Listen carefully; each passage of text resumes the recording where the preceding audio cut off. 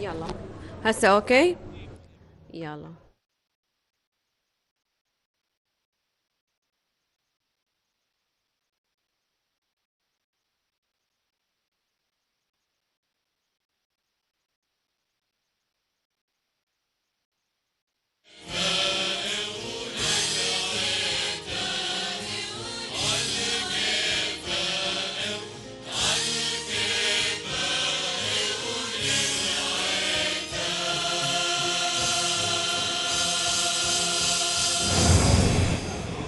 بس سمعين اوكي. لا وشة صارت.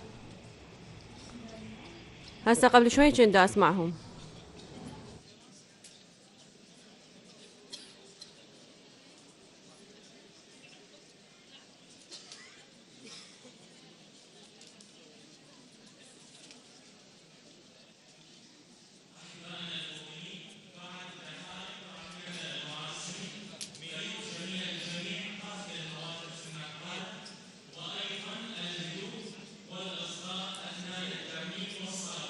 ايضا اللي ما محدد مكان يجلس بيه يشوف مكان، وتفرغون الممرات اللي راح ندخل بزياح وصلات، فنحافظ على اجواء الهدوء والخشوع اثناء المراسيم.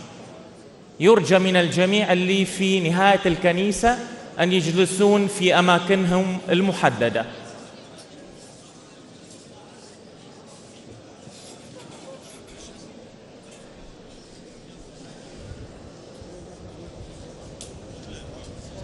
اخوتنا في نهاية الكنيسة ارجو ان تفرغون الممر للبدء بمراسيم التنصيب، لأن راح ندخل بزياح مع سيدنا والسادة الأساقفة والآباء الكهنة والشمامسة. فالتشريفات حاولوا أن تفرغون الممر بهدوء تام.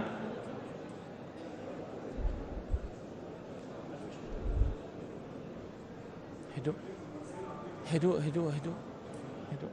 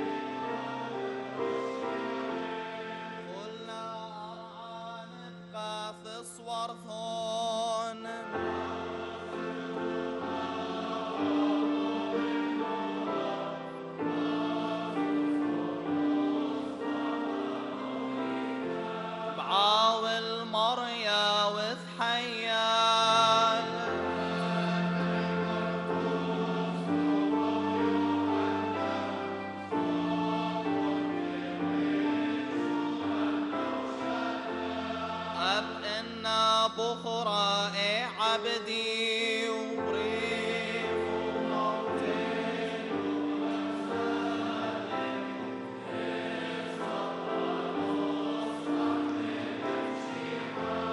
نتقيم العالم غذم آلها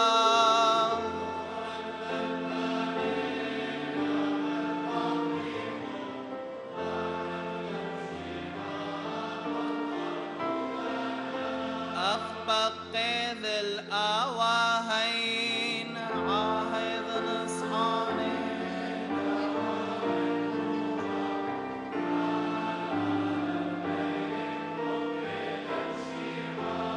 بخرانا خل ضرضارين بخرانا خلون على المذبح قدشا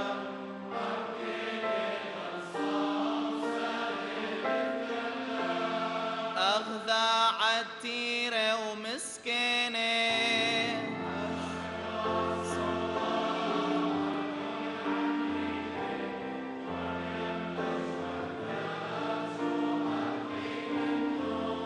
الشوذ غذا مول بخون صوما وصوفا وثواثا نوشا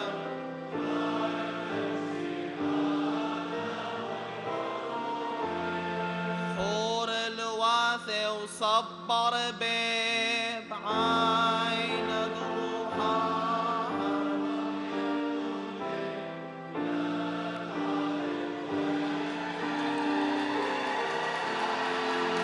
باريخ المر يدخل زوان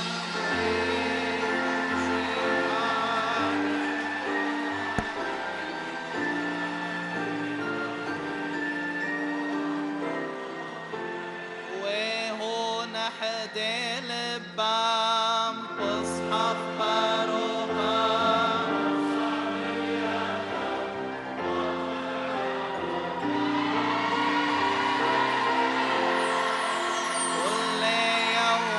برخي وبريق ودرش ملان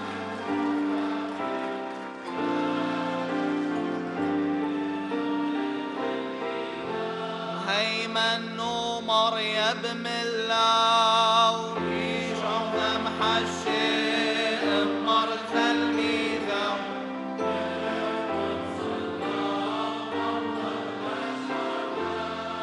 الحد وزاعد أرعى زاعد أرعى بعدنا دقعوا صلوي صلوي بنيد ليت بهن هيمان وثام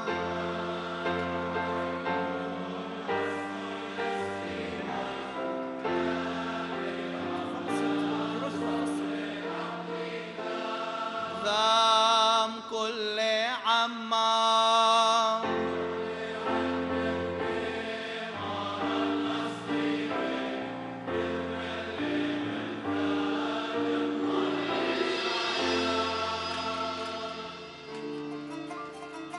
نيعو المشجيك يزغل الخوشة درغلو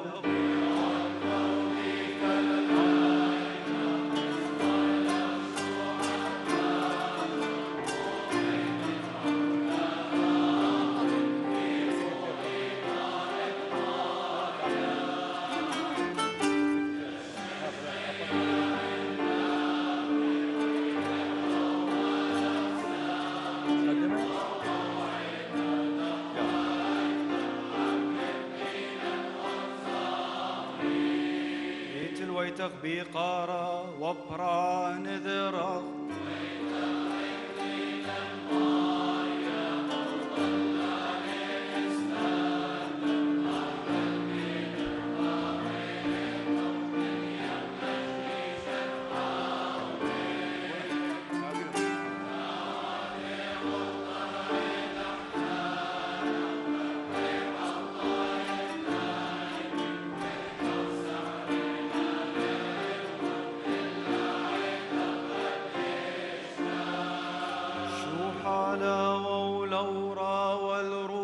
راث قدشا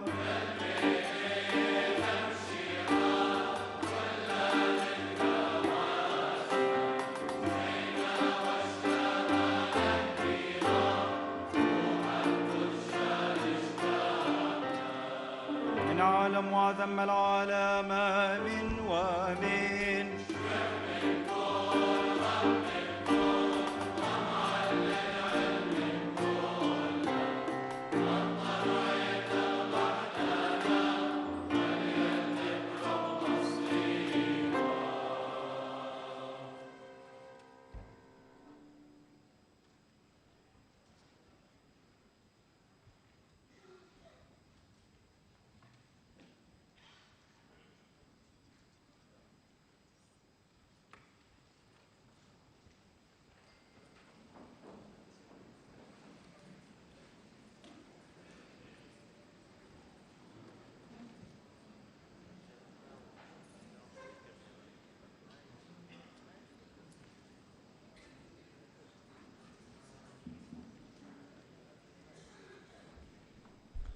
يقول الرب في سفر إرميا النبي: وأقيم عليها رعاة يرعونها،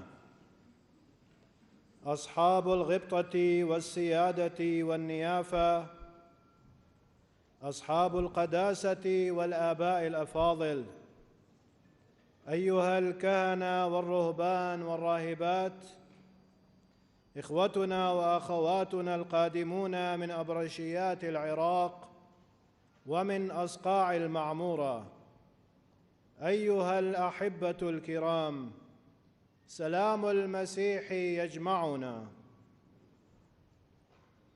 باسم أساقفة السينودس الكلداني يسعدني أن أرحب بكم جميعاً في هذا الاحتفال المبارك الذي يجمعنا اليوم حول مذبح الرب وفي قلب بغداد، لنشهد معا هذه اللحظة التاريخية المميزة، أي صيامة بطريرك الكنيسة الكلدانية مار بولس الثالث نونا.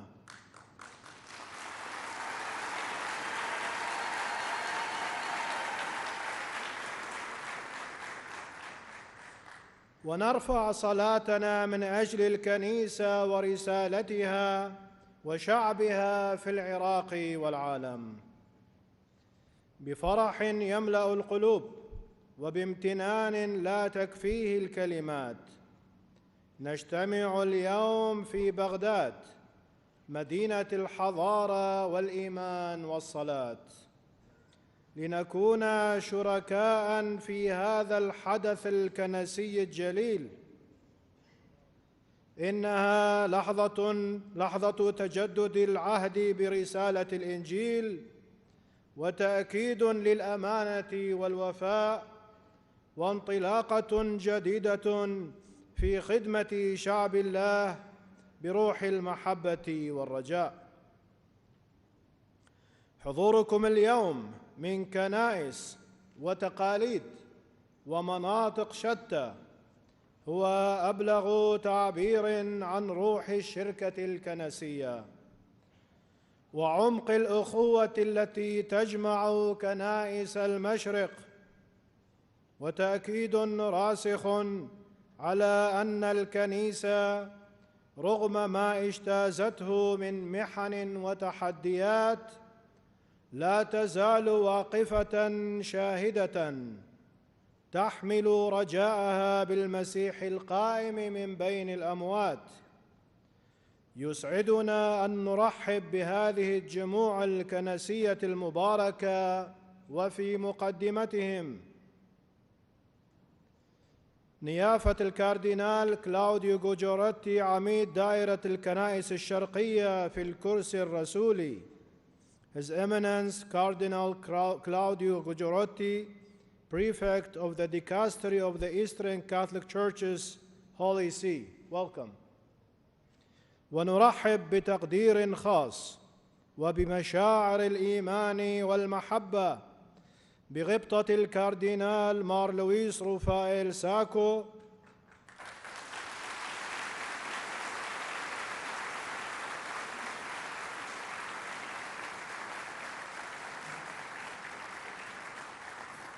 بطريرك الكنيسة الكلدانية الفخري الذي أمضى سنوات طويلة في خدمة الكنيسة الكلدانية بإخلاص ومحبة، حضوركم اليوم في هذه المناسبة التاريخية هو بركة لنا جميعاً وشهادة حية على أن الراعي الصادق لا يترك قطيعه حتى حين يسلم عصا الرعاية إلى من يخلفه.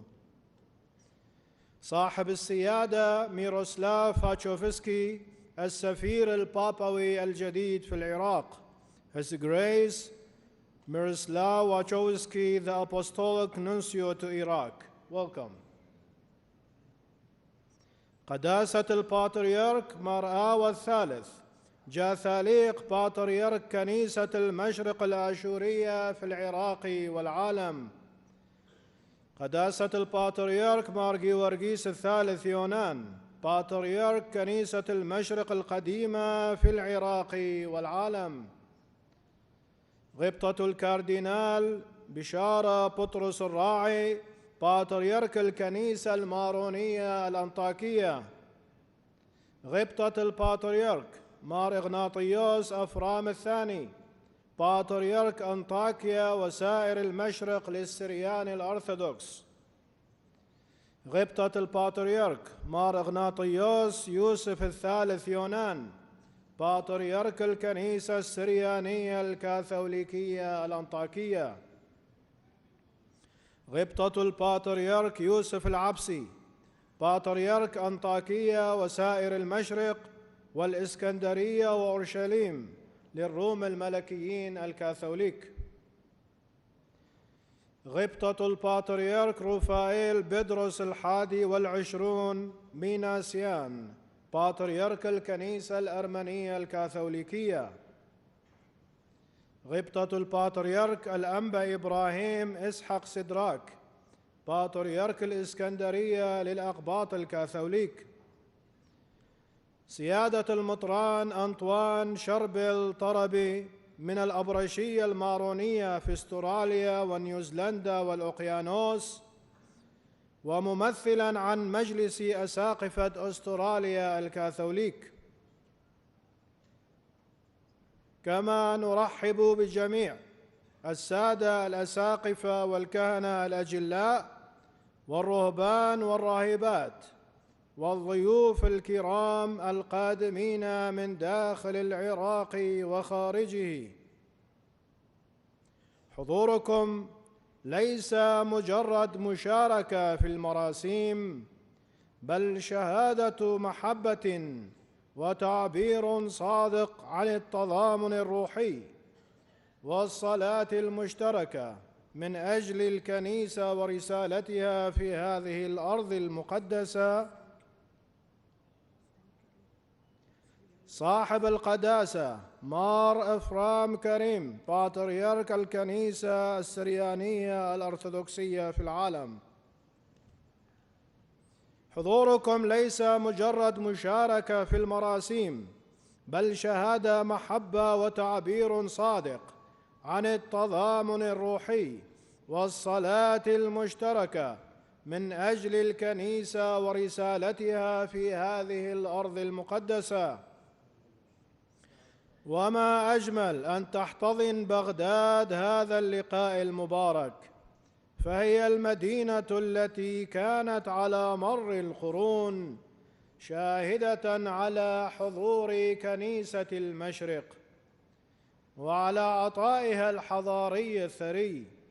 فمن هذه الأرض المباركة أسهم أبناء هذه الكنيسة في إثراء حضارة بلاد الرافدين، فكان لهم دور رائد في الطب والفلسفة والترجمة والعلوم، ونقلوا إرث الحكمة اليونانية إلى العالم، وأضاءوا بمصابيح المعرفة والإيمان أرجاء المشرق كله.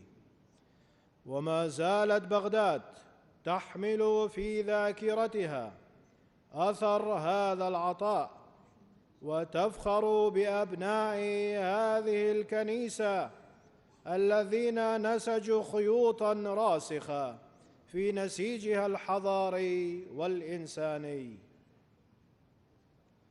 في هذه اللحظة المباركة نرفع أصواتنا بالصلاة ضارعين إلى الروح القدس أن يفيض على البطريرك الجديد مواهب الحكمة والقوة والتواضع ليسير على خطى الراعي الصالح حاملاً أحلام شعبه وأشواقه، وليكون صوتاً للسلام والوحدة والرجاء في عراقنا الحبيب وفي ربوع الشرق كلها. شكراً لكل الحضور، وشكراً لكل من بذل جهده في الإعداد لهذا اليوم المبارك. ولتكن هذه السيامة بشارة نعمة جديدة لكنيستنا وفاتحة لمسيرة متجددة في الإيمان والخدمة والمحبة. أهلاً وسهلاً بكم جميعاً في بغداد، مدينة الحضارة والصلاة واللقاء، وشكراً.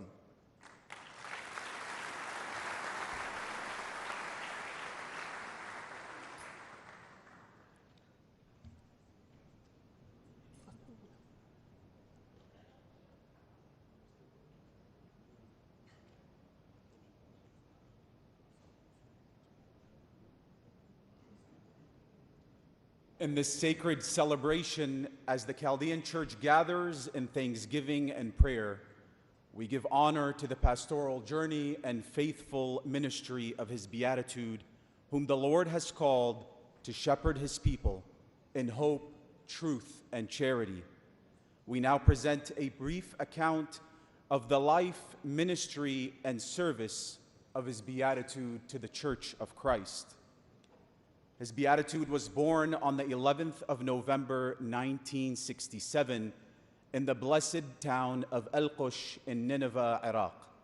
From an early age, he was nurtured in the faith and traditions of the Chaldean Church, responding generously to the call of the Lord. He was ordained to the holy priesthood on the 11th of October, 1991, in Baghdad, in this very church, by the late Patriarch Raphael B. Daweed, dedicating his life to the service of Christ and His holy church. From the year 2000 until 2005, his Beatitude pursued higher studies in Rome, where he obtained a doctorate in anthropology from the Pontifical John Paul II Theological Institute for Marriage and Family Sciences at the Pontifical Lateran University, enriching his pastoral mission through academic excellence and theological reflection. Upon his return to Iraq, he was appointed parish priest of Al-Qush, serving faithfully from 2005 until 2010. During the same time period, he also taught anthropology at Babel College for philosophy and theology, contributing to the formation of future servants of the church. In recognition of his wisdom, pastoral zeal, and dedication, he was later appointed Archbishop for the Archdiocese of Mosul. On the 8th of January, 2010, at the age of 42, his Beatitude received episcopal ordination. Following his election on the 13th of November, 2009, and with the approval of His Holiness Pope Benedict XVI, he was appointed Archbishop of the Chaldean Archdiocese of Mosul, succeeding the late Archbishop Marpolis Faraj Rahu, who gave his life in martyrdom in the year 2008. His Beatitude shepherded the faithful of Mosul from 2010 until 2014, during some of the most difficult and painful moments in the recent history of our people. At the beginning of 2014, following the invasion of ISIS and the forced displacement of Christians from their ancestral homeland, His Beatitude remained united with his suffering flock, leaving Mosul together with the displaced faithful to Erbil, bearing witness to steadfast faith, courage, and pastoral fatherhood amid persecution and hardship. During this painful time of displacement, the bishops of the affected churches formed a commission to shepherd and care for the displaced faithful, and his Beatitude was appointed to lead this mission. In fulfillment of this responsibility, he traveled throughout Erbil, Duhok, and Sulaymaniya, accompanying the displaced people in their suffering and offering them pastoral care, support, and hope. He also traveled extensively throughout the world, raising awareness and seeking assistance and solidarity for the displaced faithful of Iraq. On the 7th of July 2015, he was appointed Bishop of the Chaldean Diocese of St. Thomas the Apostle for Australia and New Zealand, where he continued his pastoral ministry among the Chaldean faithful in the diaspora with wisdom, compassion, and apostolic dedication. His Beatitude speaks several languages, including Chaldean, Arabic, Italian, and English, enabling him to serve the universal church and the Chaldean people throughout the world. He is widely known for the depth of his theological thought, his profound humanity, and his courageous witness to the faith amid challenges. Throughout his ministry, he has carried a message of hope in the heart of suffering, embodying the image of the Good Shepherd who lays down his life for his flock. His Beatitude is also the author of numerous theological, spiritual, and pastoral publications through which he has contributed greatly to the intellectual, liturgical, and spiritual life of the Church. Today, with gratitude to Almighty God, the Church rejoices as his Beatitude assumes this sacred ministry, entrusting him to the guidance of the Holy Spirit and the maternal intercession of the Blessed Virgin Mary, that he may continue to shepherd the people of God in faith, unity, truth, and peace.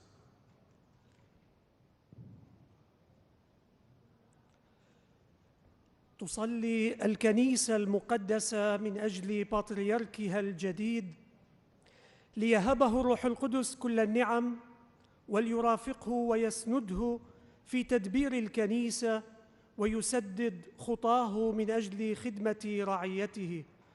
رداؤه الأحمر يشير بأن خدمته تتطلب منه التضحية بالذات حتى النهاية. إن تقليد كنيستنا الكلدانية، وكما هو واضح في الكتاب الطقسي للرسامات، لا يستخدم كلمة تنصيب بل كلمة سياميذة، أي وضع اليد، وهذا يعبر عن فعل الروح القدس في الكنيسة وعن منح النعمة الإلهية للخدمة، وليس عن تعيين إداري أو سلطة تمنح من الخارج. ومن ثم التجليس على الكرسي البطريركي كعلامة ظاهرة على تسلم الخدمة. تتكون الرتبة من صلوات يتلوها مترأس الاحتفال سيادة المطران أنطوان أودو والسادة الأساقفة، تتخللها مجموعة من المزامير ومن أبيات من الشعر الكنسي الغنية بمعانيها اللاهوتية وبألحانها الشجية.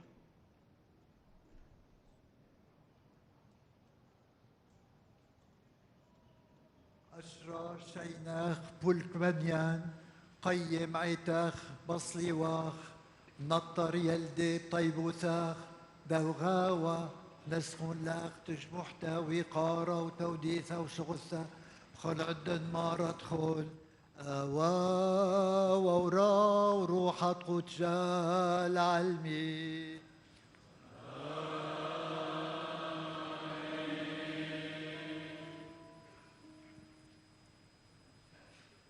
حل يا رب سلامك في كل الأرجاء، وثبت كنيستك بصليبك، واحفظ أبنائك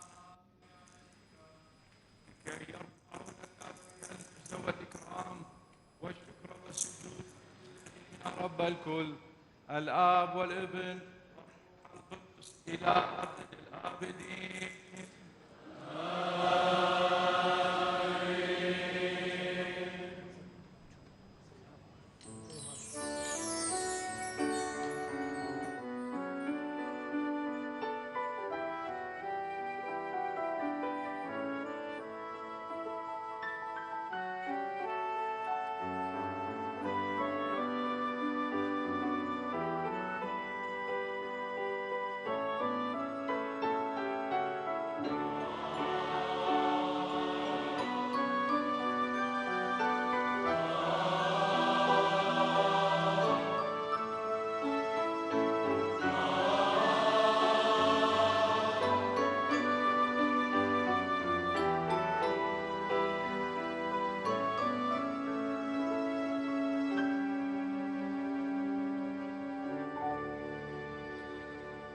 أودا والمريا وقرا وشمين حواوي بعمي عوادا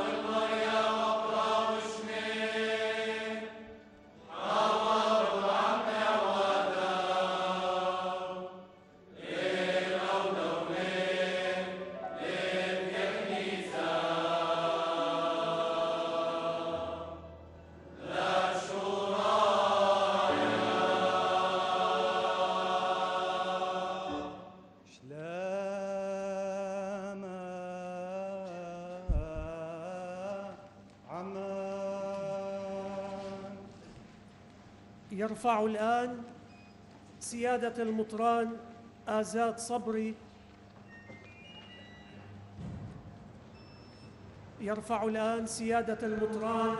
صبري مطران الرشية الدهوك طلبات وتضرعات إلى الله باسم الكنيسة المجتمعة في هذا الوقت، يطلب بها نعم الرب وبركاته من أجل الأمن والسلام والاستقرار في بلدنا العراق وفي العالم أجمع، ومن أجل قداسة البابا لاون والبطريرك الجديد مار بولس وأساقفة كنيستنا الكلدانية الحاضرين ورعاياهم، ذاكراً أسماءهم بحسب أسبقية رسامتهم.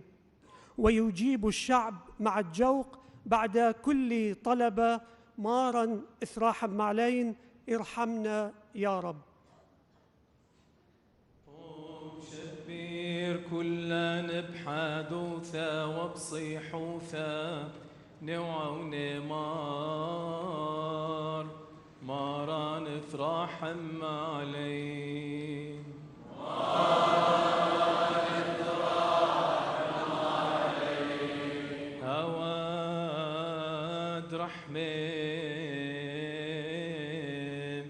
ولا هدخل لبويا بعينا منا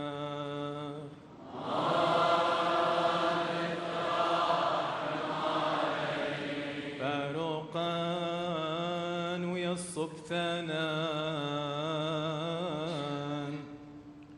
وانبرنسا ندخل بعينا منا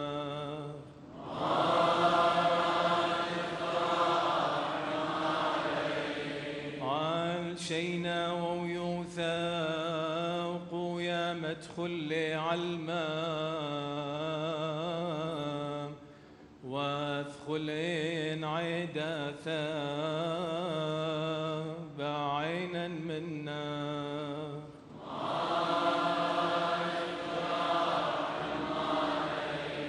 على الثران وعالكل الثروان وعليلين دو أيمانوثا عمري نبون بعينا منا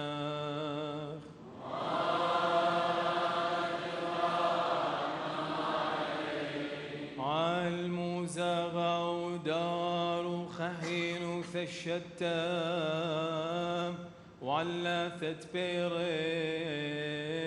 بيرين وعالتوقى ندخل عالماء بعينا منا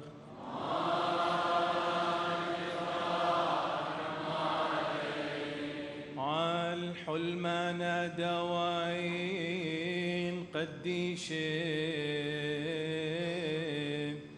مار ليون كمرا ربا بابا درومي مار بولوس قاثوليقا باطر يركيس مار لويس ومار إبراهيم مار توما ومار بواي مار أنطوان ومار رمزي ومار جبرائيل ومار شليمون مار ميشيل ومار ميخام ومار بشار ومار يوسف مار حبيب ومار سعد مار فرانسيس مار عمانويل مار باسيليوس ومار ميخائيل مار روبرت ومار فيليكس مار أزاد ومار صبري ومار عماد عالكلون ابناي تشمشتون بعينا منا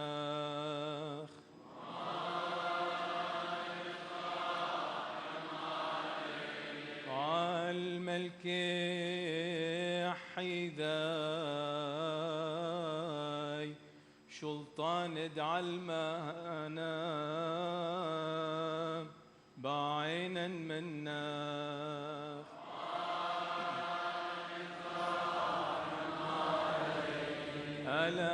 ألهام رحمنا هاودو رحم مذبر الخول بعينا منا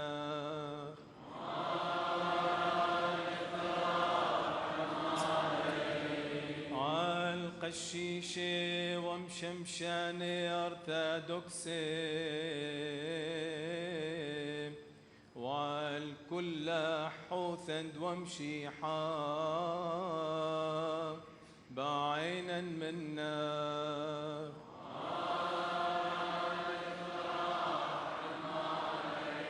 أود عالتير برحمة واشبيع بحناني بعينا منا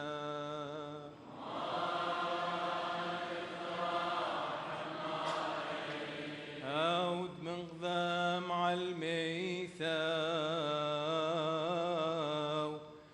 والذردارين قيم سلطاني بعينا منا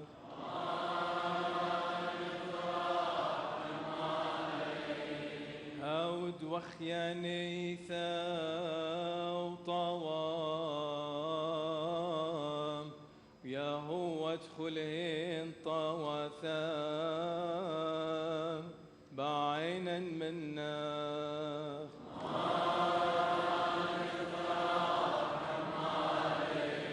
هود لا صاوب موتة حطايا إلا دنثو من عولة ونحيم بعينا منا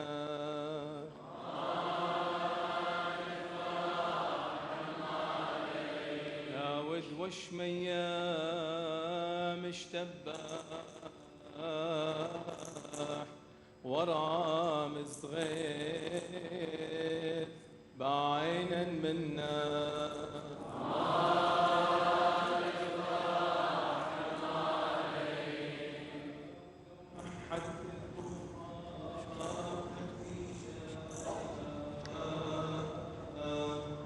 حدي لرى وبصح لشوية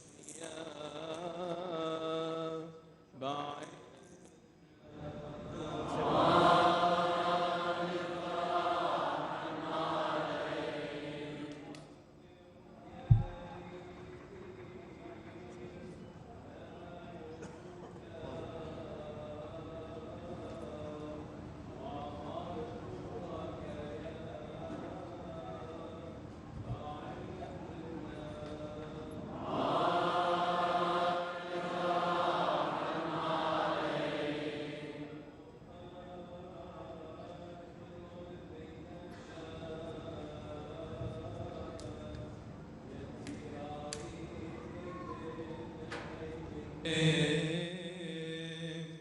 بعينا منا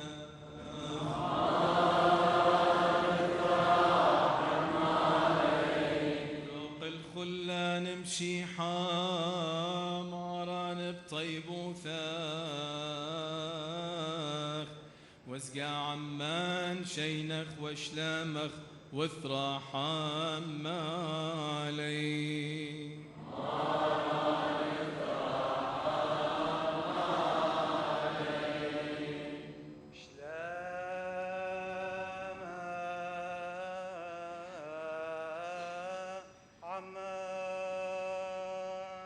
يرفع الآن غبطة البطريرك المنتخب الصلاة التالية ومطلعها: هلم يا رب إلى معونتنا بحنانك وبادر إلى خلاصنا برحمتك. في هذه الصلاة يعلن البطريرك اتكاله الكامل على رحمة الله ومعونته قبل حمل أعباء الخدمة الرسولية.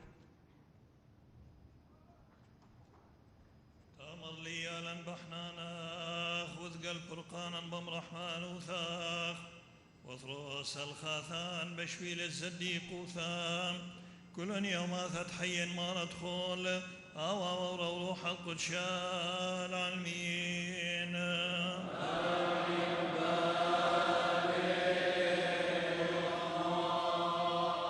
بارك يا رب عبيدك بنعمتك واحفظ الساجدين لك من كل الأضرار بكثرة فيض مراحمك وارعى ودبر واحفظ واستر حياتنا تحت أكناف عناية محبتك وخلص ونجي وانقذ أجسادنا ونفوسنا من الشرير وقواته في كل الأزمنة والأوقات ما ندخل أو روح القدس العالمين.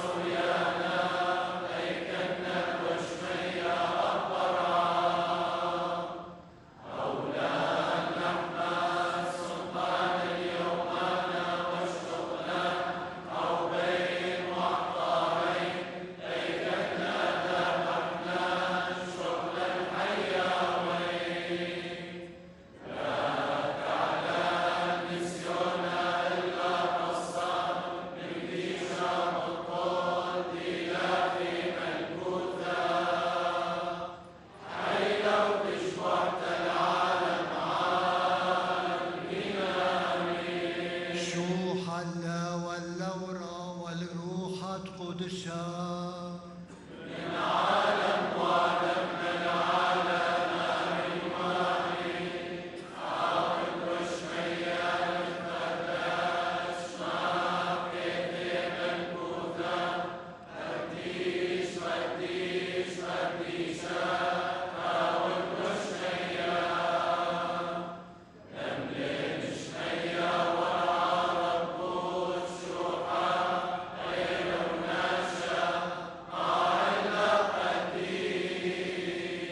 قديش قديشات هي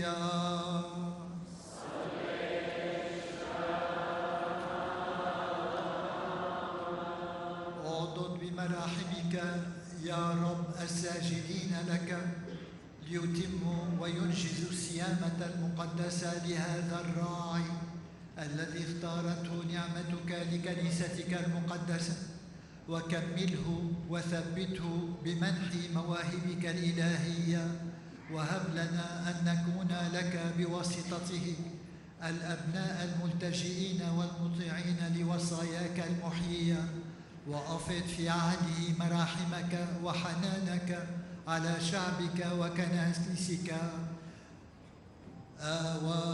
وورا روح القدس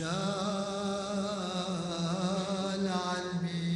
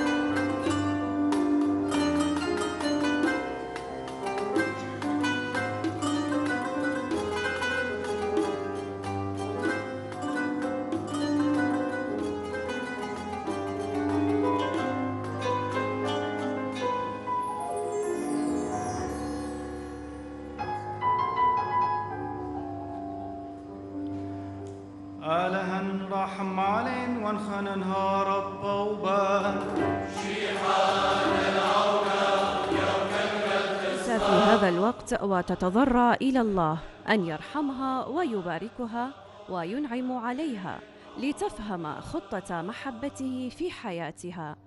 يرتل الجوق الآن المزمور 67 ومطلعه: ليرحمنا الله وليباركنا وليضئ بوجهه علينا.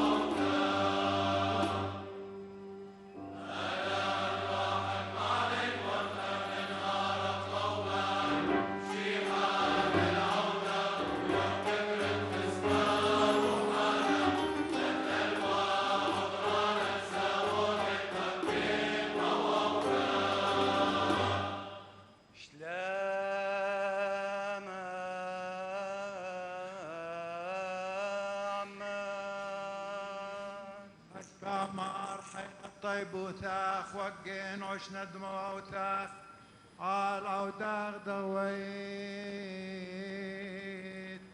وملينا وشيشو كانك روحاناي هالدار بسوياعك ماراناي هولاني ويا عمي بعد شرموتا شعرت دايمانوتا والثورة وعدا ويوتا تحبها بخلا شبت حيين طعام ذاد بسويا مين من واتاخ ما تدخل آوا وورا وروحة قدشار عالمين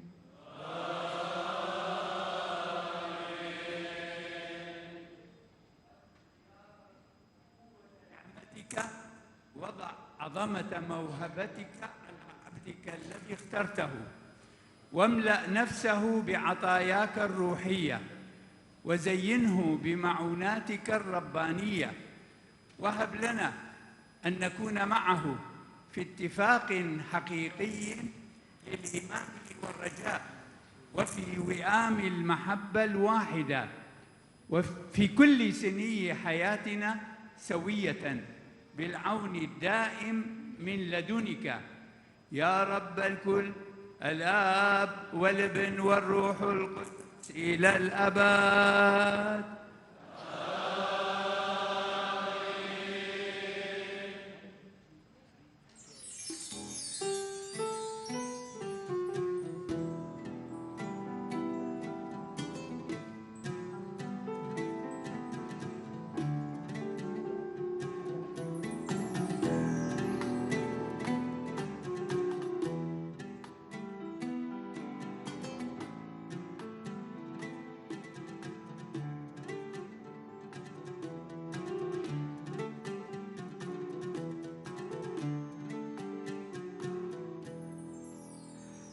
دخر مريال داود والخلي مكاخين ديم المريا وانظر لالهة يعقوب. يرتل الجوق المزمور 131 ومطلعه: اذكر يا رب داود وكل ما عاناه. في هذا المزمور تستحضر الكنيسة أمانة الله لعهده مع داود، إذ يقيم الرب راعيا لشعبه بحسب قلبه، ورسامة البطريرك تظهر استمرار هذا الوعد في الكنيسة من خلال تسليمه خدمة الرعاية والسهر على المؤمنين. لذلك يرتفع هذا النشيد صلاة لكي يثبت الرب البطريرك الجديد ويجعله خادما أمينا لوحدة الكنيسة وقداستها.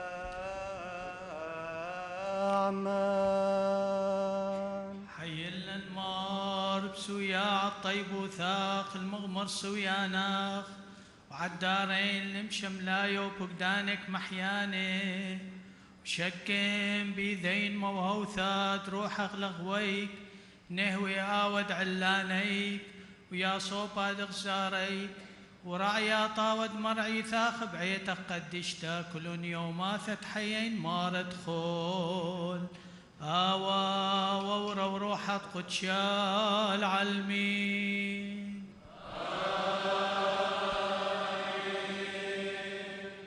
قونا يا رب عوني نعمتك لإتمام مشيئتك وساعدنا لإكمال وصاياك المحيا وامنع بواسطتنا موهبة روحك للذي اخترته ليكون أبا لرعاتك ومعتنيا برعايتك وراعيا صالحا لرعيتك في كنيستك المقدسة كل أيام حياتنا يا رب الكل أيها الآب والابن والروح القدس الآن وإلى الأبد.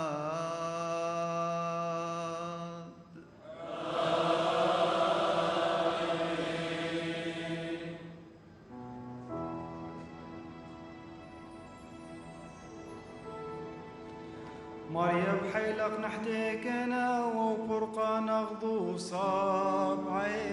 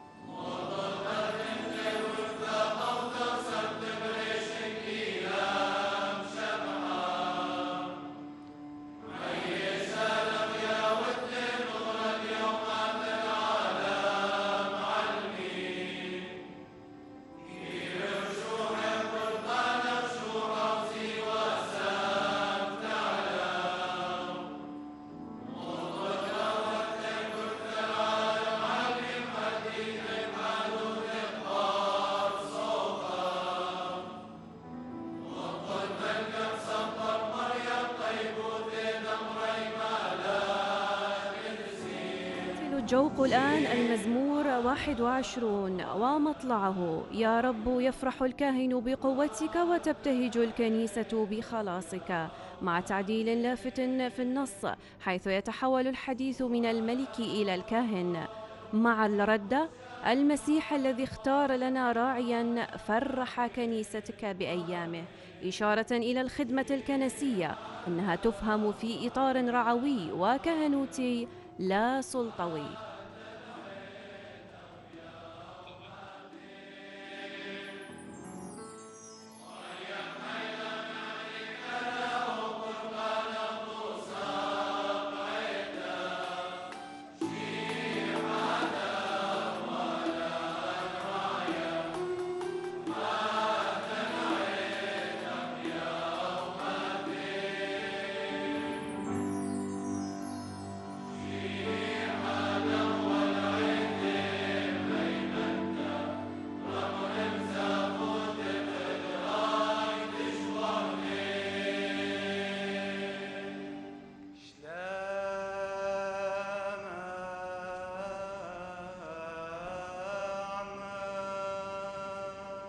ضع يا ربنا وإلهنا يمينك وبارك عبدك وقدسه بنعمتك، وامنح بواسطته معوناتك الروحية ومواهبك الإلهية لكي يدبر كنيستك بلا لوم ويرعى رعيتك بنقاوة وكمال القلب وفهم الفكر، ويهتم بكل الصالحات لرعيتك كل أيام حياته يا رب الكل، الآب والابن والروح القدس إلى الأبد. أكن مارا ولان يمينا خبار خيل عودخ قدش بطيب وثاخ وشكين بإذا عذرانك روحنا موثاخ على ياثا دذلامو من دبر العتاخ قدشتا وابحث يوثا وتمي مثلبا وسوكا لد مدعا نرعي الأغزاريك ونيصب التقنا ثد مرعي ثاخ كل أن يوما ثد حي ومارت كل وورا روحات قدشا العالمين.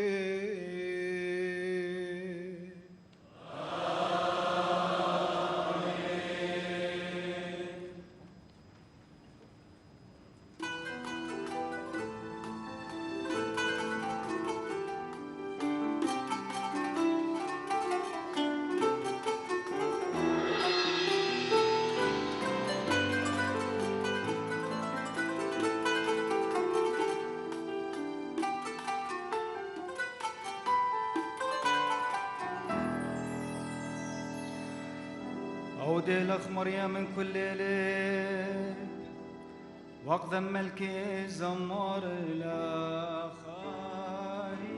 يرتل الجوق الآن المزمور 137 ومطلعه. أحمدك يا رب من كل قلبي وأمام الملوك أرتل لك. في هذا المزمور ترفع الكنيسة صلاة الشكر والتسبيح لله الذي يعضد خدامه ويقودهم بنعمته، كما تعلن أن خدمة البطريرك هي شهادة للإيمان أمام الشعوب والملوك معا. لذلك ترتل جماعة هذا النشيد ابتهالا لكي يمنح الرب البطريرك الجديد حكمة وقوة ليقود الكنيسة بالحق والمحبة.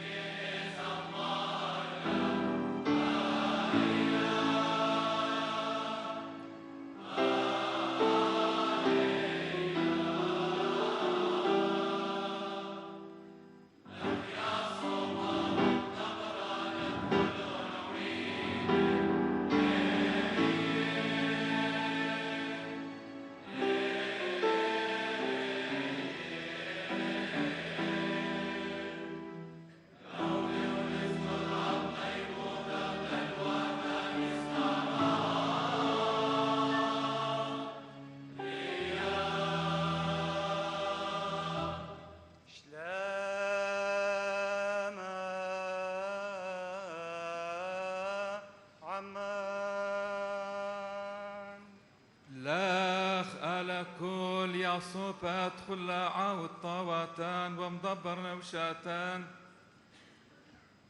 ومشكين تخناتان ومبرسان ادخلهم فقحاتان متكشبينان واعينان ضل رعياهانات برشتلن روحاخ وغوى الطيب وتاخ حسقي وزينا لا متحسنانات حيلخ حس كل وتحيس نوشيب شو كانك روحاناي وآلاي لغزاري تعاند مرعي تاخد لا موما ودلا طنشان رعي باحبيطو نتقين وبزهيو نطر ومبارنيس ونصاب وهولان وأشوالان دعميني بيحدى روحة وحداش الموتى جميرتا تحباش الماء ودي قارة متقروان وتندل واتخ مارة تخول آوا وورا وروحة قدشا العالمين.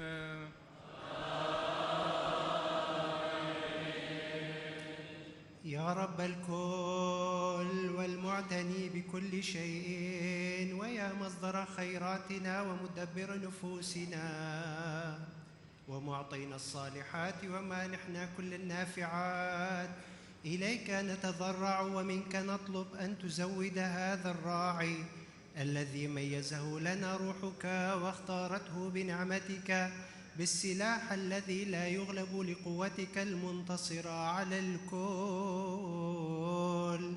وأن تشدد نفسه بعطاياك الروحية والإلهية لكي يدبر رعيتك بلا لوم وبلا مذلة ومذمة، فينظم باهتمام ويحفظ بنقاء ويدبر ويعتني. واعطنا واهدنا أن نكون معه روحا واحدا بالوفاق الواحد الكامل للمحبة التامة وللإكرام بتقربنا منك يا رب الكل، الآب والابن والروح القدوس إلى الأبد.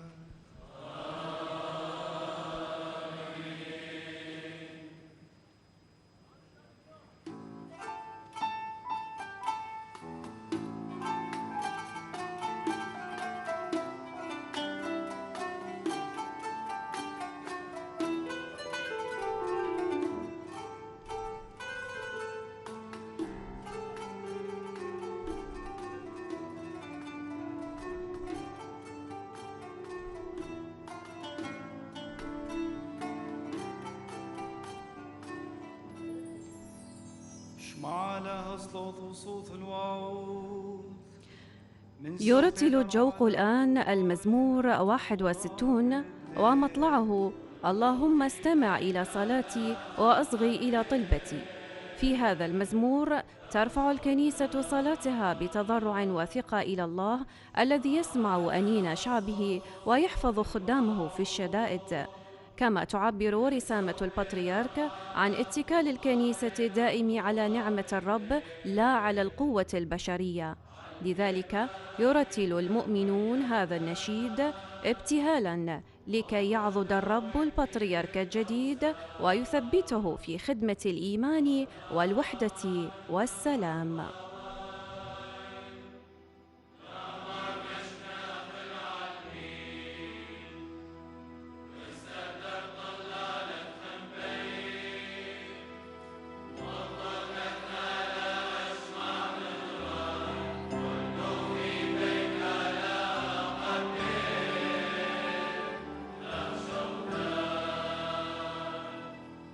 شو حاله لولا والروح القدس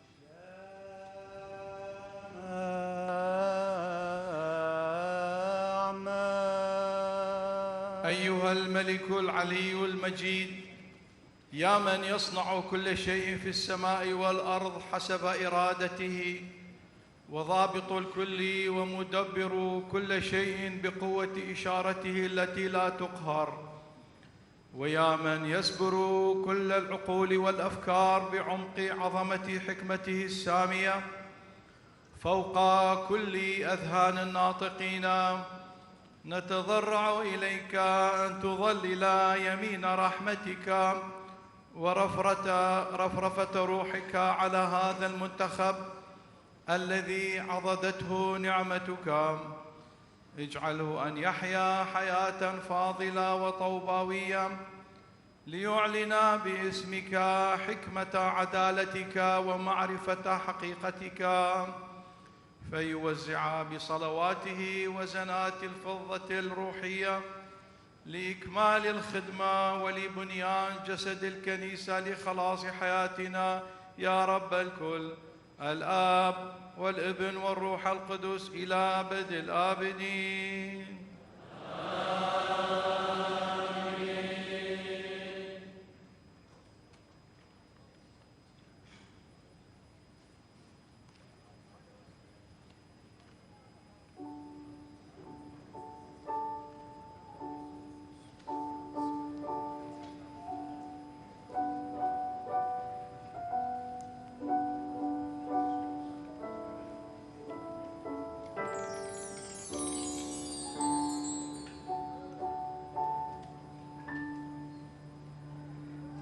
كاينيك نلبشون زديق ثاو زديقك شوحا، كاهنيك نلبشون زديق ثاو زديقك شوحا.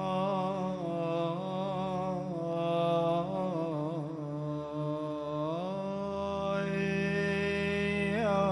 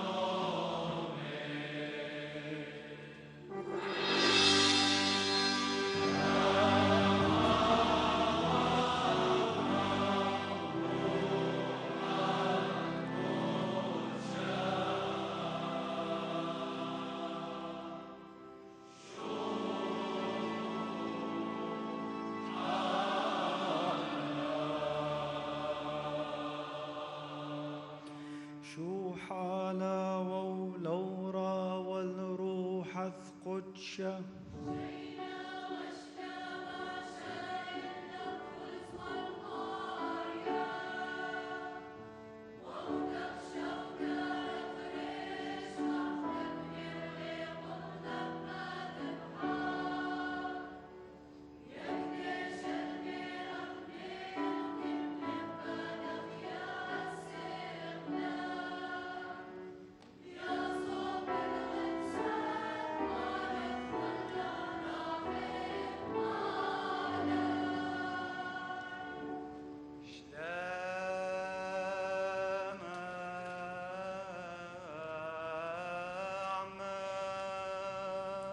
تاغا مثيضانا ولا مذقشانا دويحنا ناخمر المالان تقيغ النصيحة باترياركي تغيين قديشا قدي دشا الموتا يبثلق ويتخيتاخ تربوذ بيتا يوثكر لنا يتاديلان ضبار وانبرنس حيلا ختميها مليهايتا حضري تولياتا بيتا ونبقى مران وخيناتا مصايوتي نشتم ليان مارت خولا وعورو روحت قدشال عمي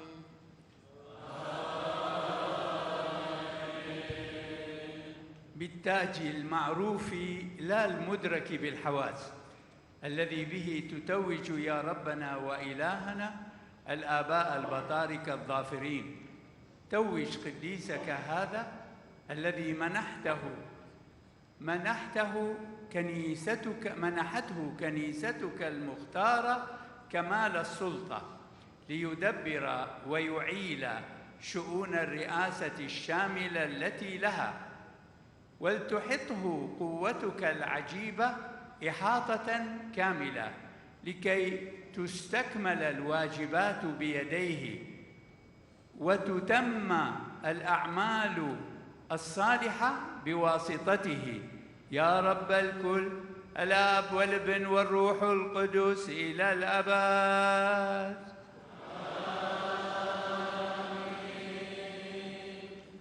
يرتل الجوق الآن المزمور 122 ومطلعه: إليك رفعت عيني يا ساكن السماوات. في هذا المزمور ترفع الكنيسة عينيها نحو الرب، لذلك يتوجه الأسقف المترأس إلى المذبح ليقدم السجود ويطلب العون الروحي من الله، ويبقى ساجداً حتى نهاية المزمور.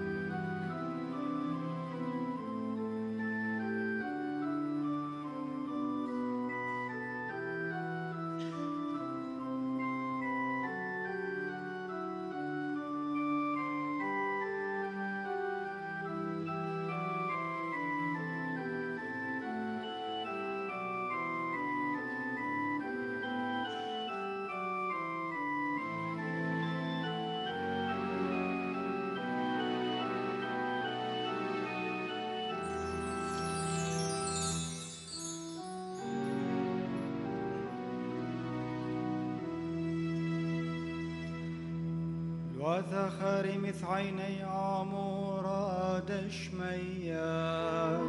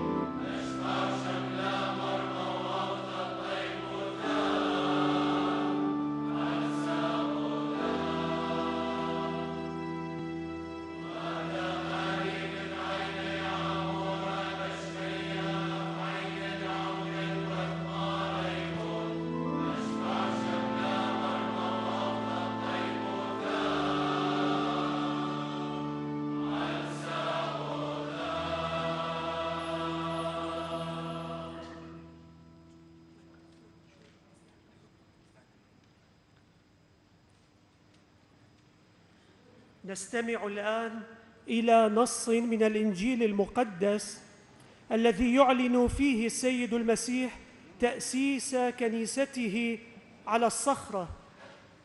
أثناء قراءة الإنجيل يلتفت البطريرك المنتخب نحو الشعب موجهاً نظره نحو منبر إعلان الكلمة، فلنقف جميعاً خاشعين لسماع الإنجيل المقدس الذي يتلوه علينا سيادة المطران بشار وردة مطران أبرشية أربيل.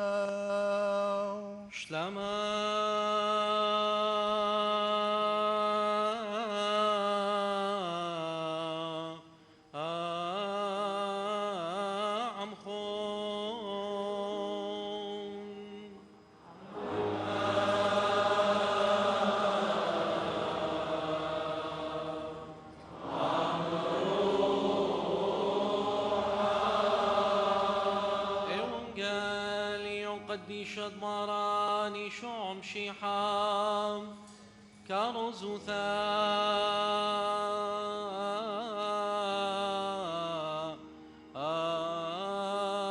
أدمتاي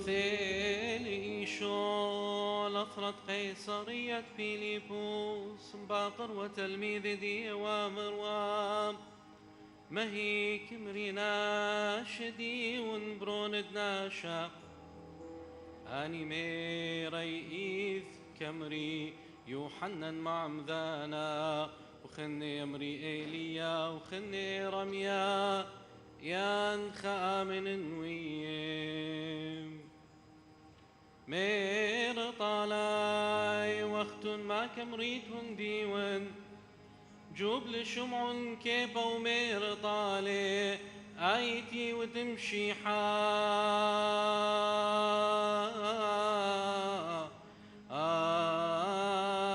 برد لها بخايم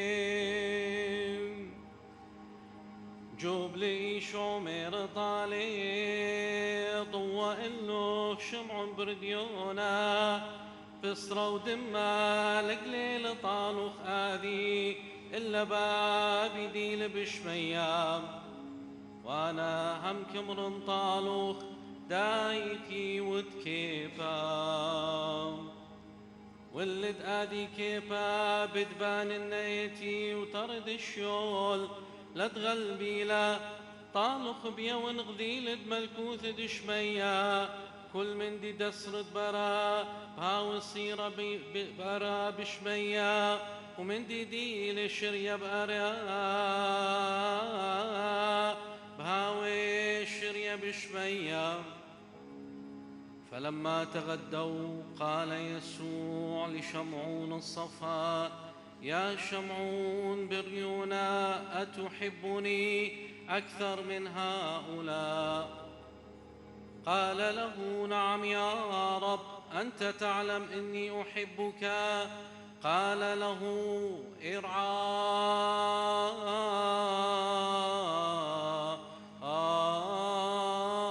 خرافي. ثم قال له ثانية: يا شمعون بريونا، أتحبني؟ قال له: نعم يا رب، أنت تعلم إني أحبك.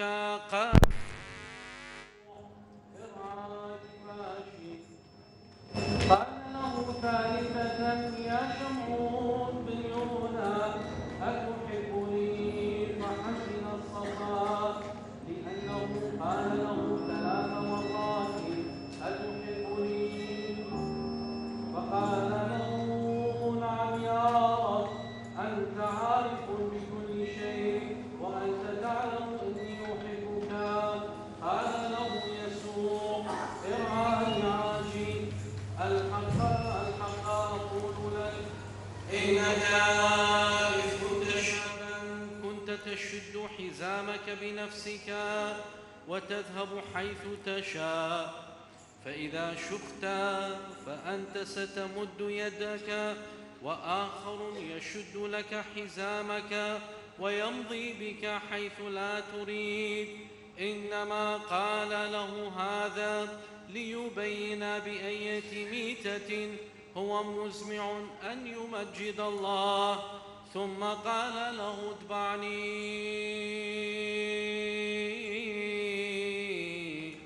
وشوحا لا لها أميناي.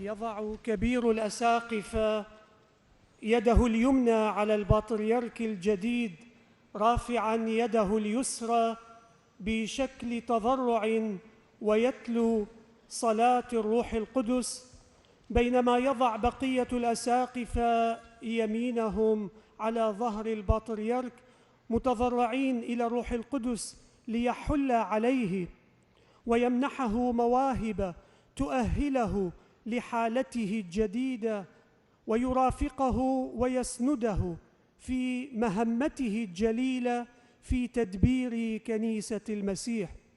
إن وضع اليد هو علامة على حلول الروح القدس وعلامة على الشركة الأسقفية، لذلك ينبغي النهوض والوقوف خاشعين عند تلاوة هذه الصلاة المهمة. خلالها يتلو الإركذياقون رئيس الخدمة المنادات التالية للشعب: ارفعوا أفكاركم إلى العلا واطلبوا المراحم من الله الحنان من أجل الأسقف ماربولوس الذي يرسم ويكرس ويكمل جاثاليقاً بطريركاً لأم كنائس المشرق التي أفرز لها. صلوا لأجله. ويهتف الشعب قائلاً: يا أزاذق، أي يليق ويجب.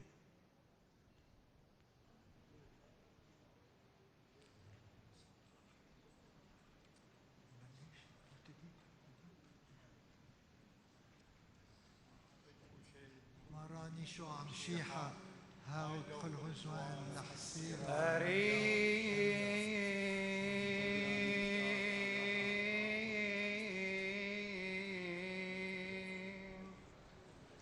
مدعيكم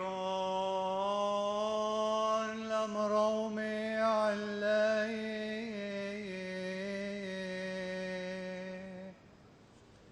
ووعى ورحمة من آلها حنانا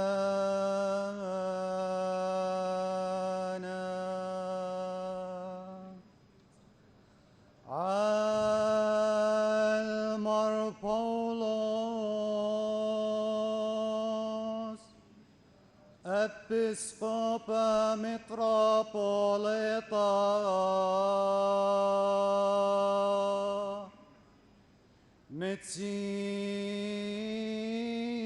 متسيم ومتطكس مشتملقة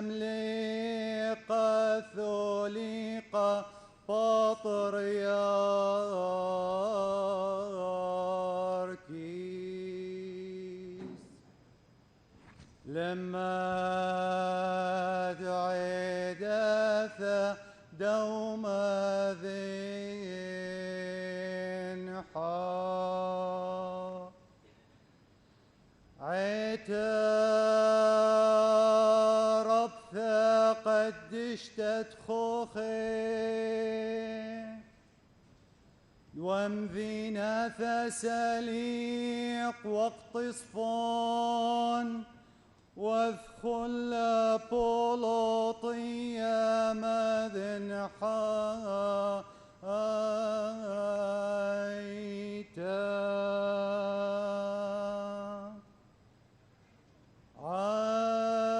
عالكل هنتمي دخر اسطياني طريصي شوحا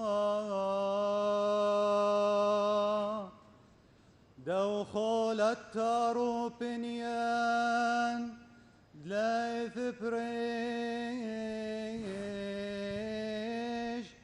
صلى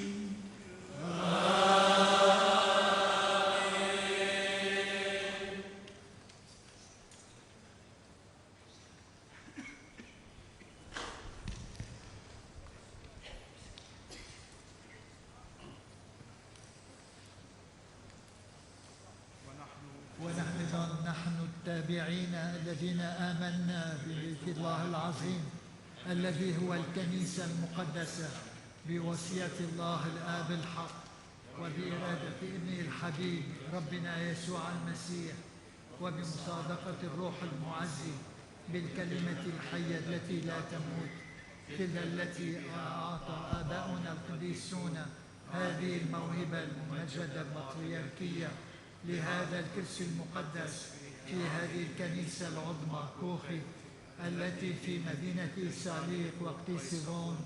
نقترب نحن أيضا عبيدك المحدودين والبائسين والضعفاء ونسأل بالصلاة وبالتضرع أن هذه الموهبة الروحية هي البطريركية أن تحفظ بالرحمة لدى هذا المدبر الذي أفرز ليجلس على هذا الكرسي المقدس إلى يوم ظهور ربنا يسوع المسيح، وأن نكون نحن معه بالروح بكمال واحد دون انقسام ومحبة بلا غش كل أيام حياتنا، وليحفظ المسيح ربنا هذا المدبر من جميع المقاومين ولمجده من جميع الضيقات، وليظهر رحمته الظفر، وليعظم بظلال رب القضية، وليكن متسلحا بقوة الروح القدس لكي لا يهزم أمام أعداء الحق. نعم يا ربنا وإلهنا، احفظ لعبدك هذا موهبة البطريركية هذه التي هي لك والتي أنت أعطيتها له، واحفظ لنا أيضا هذه الوحدة معه كعهدك الصادق مع إبراهيم وإسحاق ويعقوب ومع كنيستك المقدسة كلها. نعم وآمين. يا رب يا رب، إن الكمال من عندك هو، ولتكن نعمة ومعونة مراحمك على كنيستك وشعبك الذي اخترته لك كل أيام الدهر. آمين. الآن وكل آن وإلى الأبد.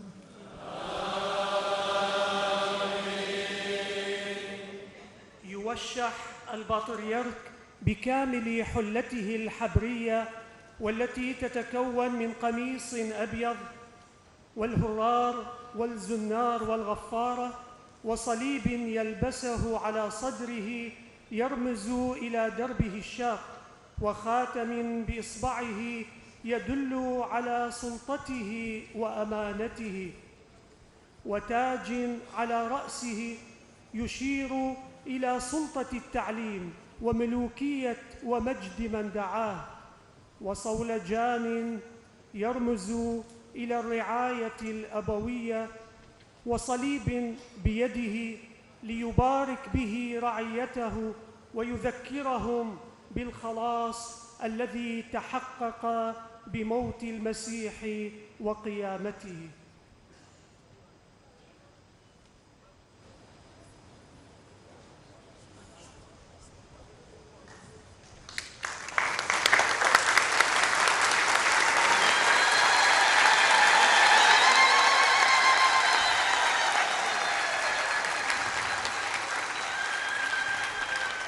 تفرش وتطقس واستملي بولس العودة رابا بطريركوثا بعيتا قديشتا كوخي الكل مدنحة بشم آوى وورا وروحة قدشا العالمين.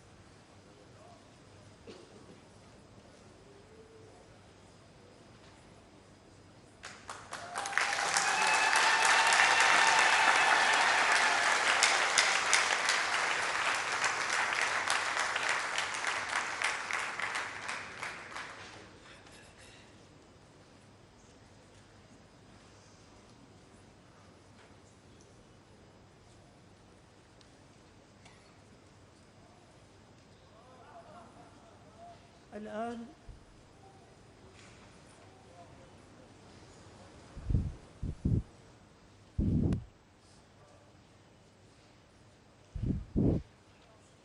يقوم مترأس الاحتفال سيادة المطران أنطوان أودو مع المطرانين المعاونين بتجليس البطريرك على الكرسي البطريركي كعلامة ظاهرة على تسلم الخدمة.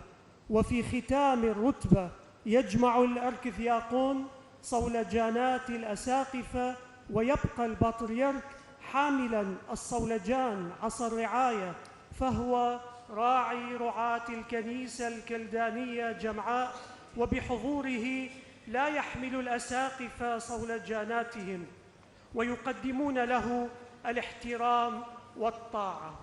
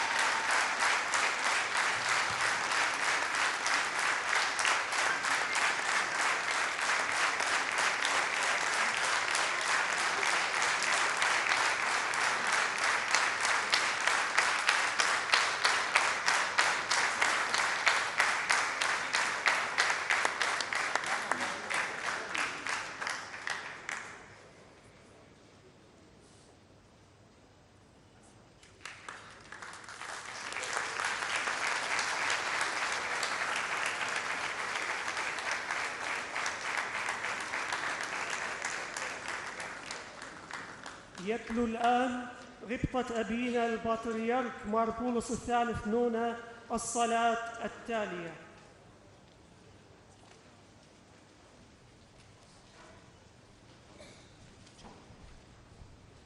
دشويت مار الحلاشة عوداخ العلم شويور الخكري بيباث الشملايا ثيغورتا ذي معليتا حسيمة على الروحاني والغيغة على العفراني والحيلة على الشيدي دوهم طيبوت تقار واعتر آخرنا مار أشوال محيل ثعذر وعبيد عمليم يطري قاري والنين لاموم الماروثخ حل طيبوثخ صياد رحميك العالمين آمين.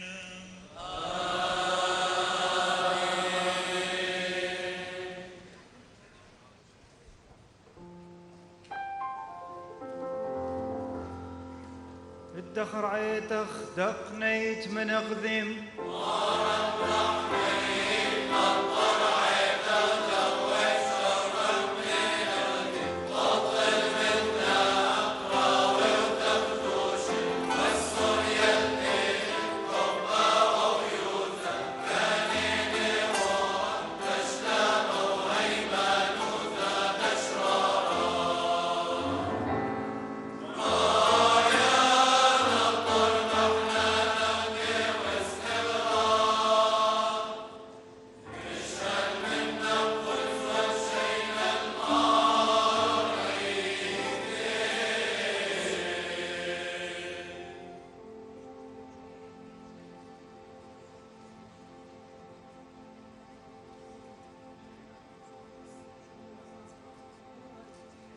شو حاله لو راوى الروح القدشة وامشي غالب القرآن اذكر عيدها دقنك بدقنك شعب القدمي عمل صاوين طراوة أبدش توديك أطرس ناصوة أرعي الشيوخ وتروح إلى حسن القرضاني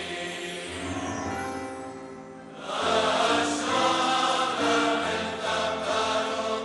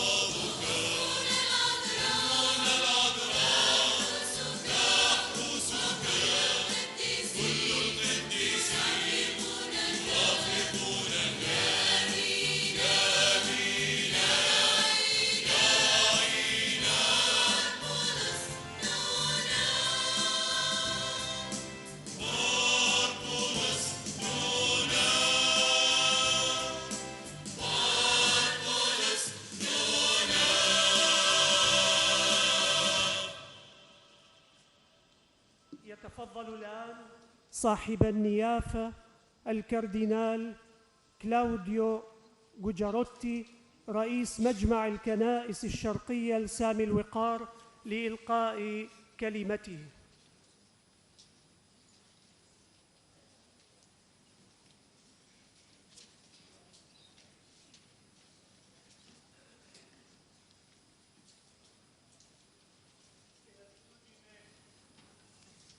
Questo è un giorno storico per la Chiesa caldea e per la Chiesa universale. È un giorno storico anche per questa nobile terra d'Iraq. Attorno a lei, Beatitudine, in questa solenne intronizzazione quale patriarca di Baghdad dei Caldei, sono raccolte le più alte autorità ecclesiastiche, cattoliche e di altre confessioni, esponenti di altre religioni, autorità civili, rappresentanti di istituzioni diplomatiche e sociali. E questo non soltanto per la solennità dell'atto che stiamo compiendo, ma per onorare la storia di un popolo e di una Chiesa. Sono lieto di essere presente anch'io a nome del Santo Padre Leone XIV per esprimerle il suo augurio, la sua solidarietà nell'impegno a vivere nella piena comunione e nel sostegno fraterno per il bene di tutti. صاحب الغبطة إنه ليوم تاريخي للكنيسة الكلدانية وللكنيسة الجامعة، وهو أيضا يوم تاريخي لهذه الأرض العريقة، أرض العراق. فحول غبطتكم في هذه المراسيم الاحتفالية الجليلة لتنصيبكم بطريركا على بغداد للكلدان يجتمع كبار السلطات الكنسية من كاثوليك ومن طوائف أخرى وممثلو الديانات المختلفة والسلطات المدنية ومندوبو المؤسسات الاجتماعية والدبلوماسية، وذلك ليس فقط من أجل جلالة الاحتفال الذي نقوم به اليوم، بل أيضاً إكراماً لتاريخ شعب ولتاريخ كنيسة. وإني لسعيد أن أكون حاضراً أنا أيضاً باسم الأب الأقدس البابا ليون ال14 لأعبر لغبطتكم عن تهانيه وعن تضامنه في الالتزام في العيش بالشركة الكاملة وعن دعمه الأخوي من أجل خير الجميع. إن الكنيسة الكلدانية تحمل تاريخاً مشحوناً بالسر ومدهشاً في جوانب كثيرة، فهي كنيسة الرسل وخلفائهم الأولين، تستمد جذورها مباشرة من أرض يسوع، وهي أرض رسولية بامتياز بلغت أقصى أطراف العالم مبشرة بإنجيل المسيح لشعوب متنوعة، وكثيراً ما أثمرت كرازتها ثماراً غزيرة.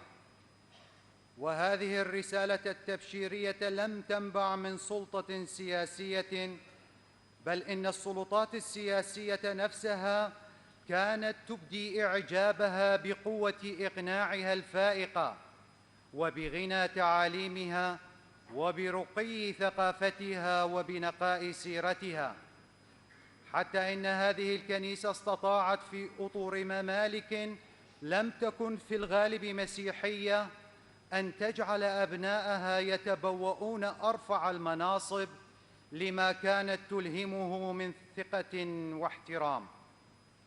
وذلك كله كان قبل وصول رجال الكنيسة الغربية الذين جاءوا مندهشين من قوة أبنائكم وعمق تأثيرهم. فقد نمت هذه الكنيسة أيضاً على الصعيد المؤسساتي، وأنتجت فكراً فلسفياً ولاهوتياً رفيع المستوى في الأديرة والمراكز التعليمية الشهيرة التي حظيت بالتقدير عن استحقاق، من خلال جهود المترجمين للكتابات اليونانية القديمة، فكانت بذلك جسراً بين العالم الشرقي والعالم الأوروبي، إلى جانب مترجمين عرب معروفين، ناقلة إليه تلك الثقافة العريقة التي اقتدى بها وتأثر بها العالم الروماني أيضاً. ولاحقاً بعض أكبر لاهوتيي الكنيسة الكاثوليكية الغربية. وما تزال كنائس جنوب الهند حتى اليوم شاهداً حياً على أن بصمة كنيستكم قد أسست واحدة من أغزر الجماعات المسيحية وأكثرها جاذبية في العالم. أما الاستشهاد فهو عنصر آخر جوهري في تاريخكم، شهادة بطولية من دون ادخار للحياة البشرية، بثبات وأمانة حتى الأزمنة القريبة. والآن حضوركم هو أكثر انتشاراً في أراضٍ مختلفة من العالم بسبب عدم الاستقرار الذي يصيب شرقنا الأوسط الجريح والعزيز، وهو حضور يلقى الترحيب والتقدير ويثير الإعجاب بقدرته على التأقلم مع البيئات والظروف الجديدة، وبذات الوقت متشبث بقوة بجذوره العميقة وتاريخه العريق وتراثه الأصيل. إنه لمن المؤثر بعمق أن نكون حاضرين اليوم في هذا الحدث الذي يوكل فيه الروح القدس إليكم خدمة الأب والرئيس للكنيسة الكلدانية، فقد أودع بين يديكم كل هذا التراث الهائل الذي يحفظ اليوم على حد تعبير الرسول في آنية من خزف بسبب هشاشة الأوضاع العامة في البلاد، وخصوصاً في هذه المنطقة التي تقع فيها. إن أساقفتكم الذين اختاروكم والكهنة والرهبان والراهبات وكل هذا شعب الله الرائع ينظرون إليكم بثقة كاملة، لأنهم يرون في استمرارية الخدمة التي أسندت إليكم يد الله الأبوية التي لا تتخلى عمن هم له. إننا نطلب من غبطتكم الأمانة لتقاليد كنيستكم هذه والفرح بمشاركتها مع سائر الكنائس ومع جميع التعبيرات الدينية، من أجل شهادة تجعل العالم أكثر صلاحاً وأتم هدوءاً وأوفر رجاءً وأقدر على النمو، وفوق كل شيء أكثر توجهاً بخشوع نحو ملكوت السماوات ونحو مجيء ربنا يسوع المسيح عندما يأتي في المجد ليطوي سجل التاريخ ويسلمه إلى يدي الآب. إن الطقوس والتعليم المسيحي وشهادة المحبة والتضامن الحي مع الفقراء والتنشئة الثقافية والروحية للإكليروس والرعوية القائمة على الحضور الدائم وسط مؤمنيك كأب وأخ محب وساهر بحق، وإعطاء الأولوية المطلقة لبشارة الإنجيل فوق أي مصالح بشرية أخرى، وإن كانت مشروعة لكنها تصبح خطرة إذا وضعت في المقام الأول. كل ذلك يشكل تحدياً روحياً ونسكياً قبل أن يكون تحدياً تنظيمياً أو سياسياً. أحبوا مؤمنيكم هؤلاء يا صاحب الغبطة، فهم عائلتكم. احفظوهم في الأحضان الروحية بصلاتكم اليومية، وفي رعايتكم اليومية أيضاً بالاهتمام والتضامن. إنهم يريدون أبا ومعلما، لكنهم يريدون فوق كل شيء مثالا في القداسة. وليس هم وحدهم، بل إن الكنيسة بأسرها تنظر إليكم اليوم كفرصة استثنائية لربيع جديد يمنح العالم ذلك الانبهار المملوء امتنانا الذي جعل شعوبا كثيرة في الماضي تقبل شهادتكم حتى في الصين والهند، وتصبح معكم طالبة لوجه الآب أبي كل رحمة.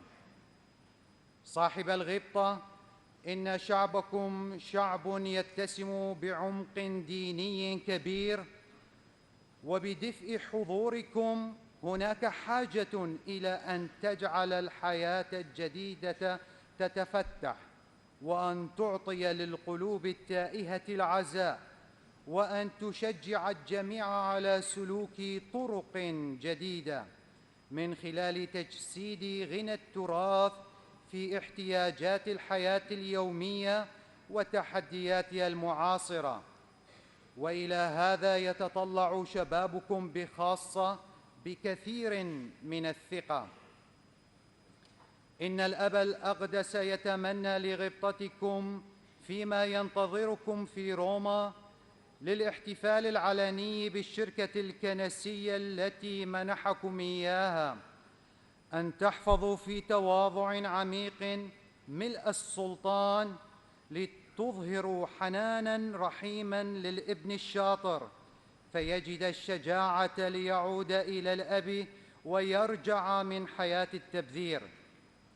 إننا لا نريد ولا يجوز لنا أن نقبل أن يغبو صوت الكنيسة الكلدانية بسبب الظروف التاريخية أو السياسية، بل نريد أن تكون هذه الأرض المقدسة أكثر من ذي قبل مقصداً للحج، لا إلى الأماكن المقدسة وحسب، بل أيضاً إلى جماعات تعطي الإلهام والإعجاب بأمانتها للمسيح.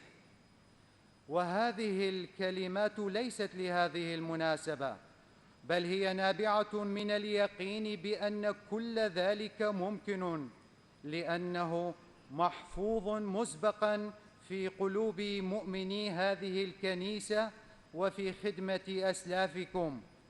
ولتكن خدمة الإكليروس والرهبان والراهبات مثل عمل البستاني الذي يعتني بحديقته من دون حسابات أو طموحات أو زيف، بل بشفافية كاملة في السيرة وفي الوسائل حتى المادية منها.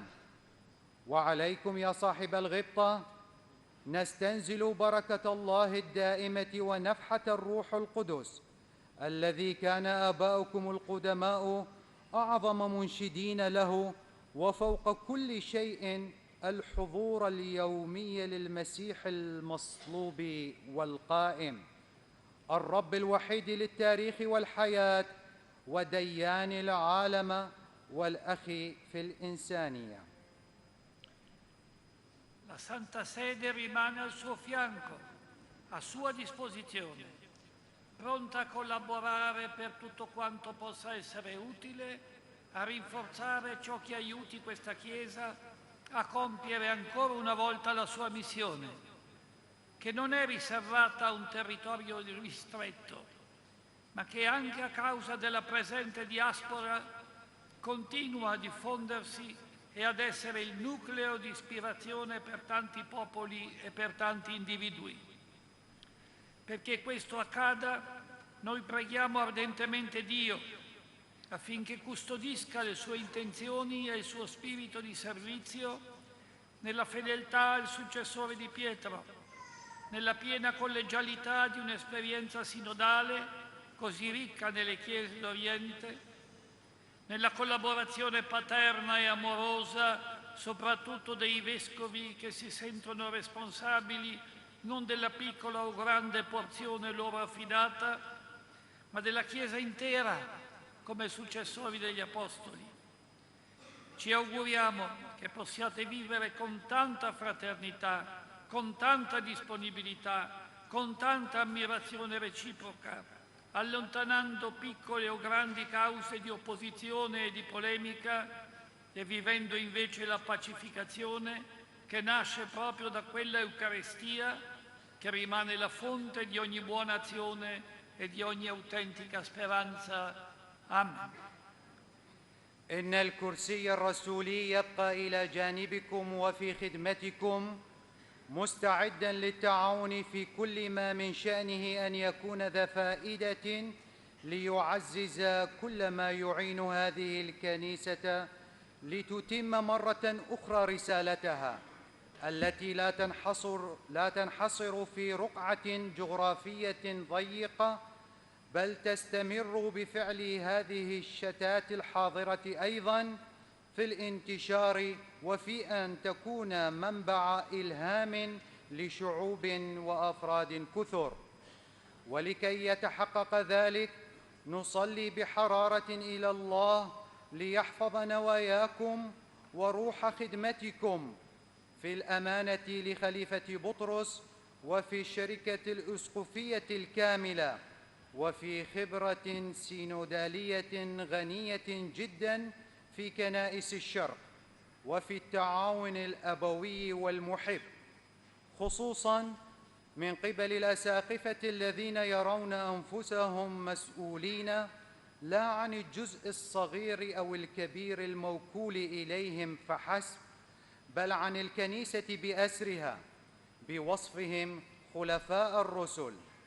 ونرجو أن تحيوا بأخوة عظيمة وبكل استعداد وبكثرة الإعجاب المتبادل، مبعدين كل أسباب المعارضة والجدل صغيرة كانت أم كبيرة، وأن تعيشوا بدلاً من ذلك تلك المصالحة التي تنبع أساساً من الأفخارستية والتي تبقى منبع كل عمل صالح وكل رجاء حقيقي.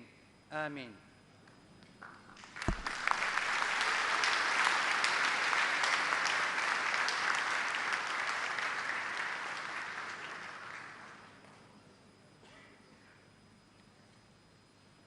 يتفضل الآن غبطة أبينا البطريرك مار بولس الثالث نونة لإلقاء كلمته.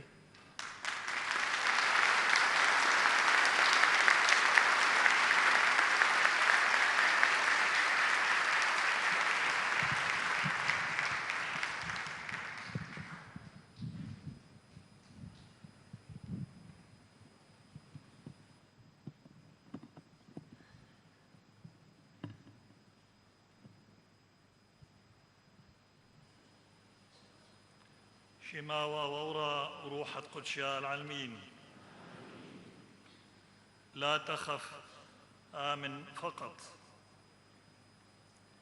شوحة ويقارة قوبل طيبوثة وثوديثة لا لها آوى ماريكول ولوري ماراني شو عمشي حمريمة والروحي حية وقديشة كل زونة وعدانة وليالتي دورة يحيذايا مريم ثلتا قدشتا والخلن شليحي طواني يتي رايث مرتو مشليحة مرأدي ومرماري والخلن آواهاثا وأمي ويلوذي مهيمني الزونا دعور وثقائم والعيتا قدشتا قاثوليقي وعيتا كالذيتا قدشتا وموارختا والخلهن عيداثا والخل حذ منخن أيلين دثنان بهانا عمره وهيكلا قديشة.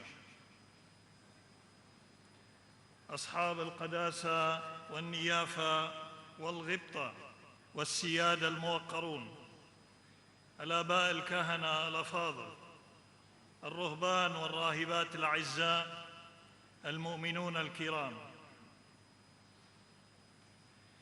الجملة القصيرة التي ينطق بها الرب يسوع لرئيس المجمع لا تخف آمن فقط لم تكن مجرد عبارة تعزية عاطفية، بل كانت دعوة جذرية إلى تحول داخلي من منطق الخوف إلى منطق الإيمان.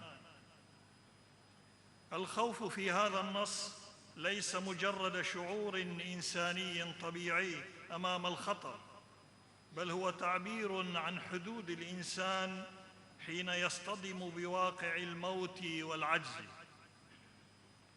جاء يائيروس رئيس المجمع إلى يسوع وفي داخله إيمان ما، لكن هذا الإيمان كان ما يزال مشروطاً بالزمن. تعالى قبل أن تموت ابنتي.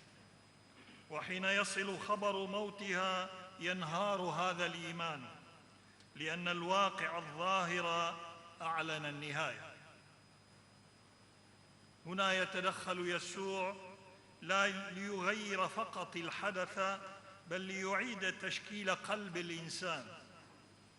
لا تخف، كأنه يقول له: لا تجعل الواقع الظاهر يحدد أفقك، ولا تدع خبر الموت يختطف منك الثقة بالحياة التي أنا أحملها.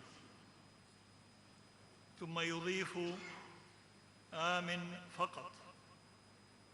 هذه الفقط تحمل عمقاً لاهوتياً كبيراً، فالإيمان هنا ليس مجرد اقتناع عقلي، ولا هو انتظار سلبي لمعجزة، بل هو تسليم وجودي كامل. إنه الدخول في علاقة ثقة مع شخص المسيح حتى حين يبدو كل شيء مناقضاً لهذه الثقة. الإيمان في هذا السياق هو أن ترى ما لا يرى، وأن تثق بما يتجاوز المنطق البشري، هو أن تبقى ثابتاً عندما تتزعزع كل الضمانات، هو أن تقبل أن الله يعمل حتى في صمت الموت. هذا النص يدعونا نحن أيضاً إلى مواجهة مخاوفنا العميقة: الخوف من الفشل، من المرض، من فقدان الأحبة، بل وحتى من فقدان المعنى.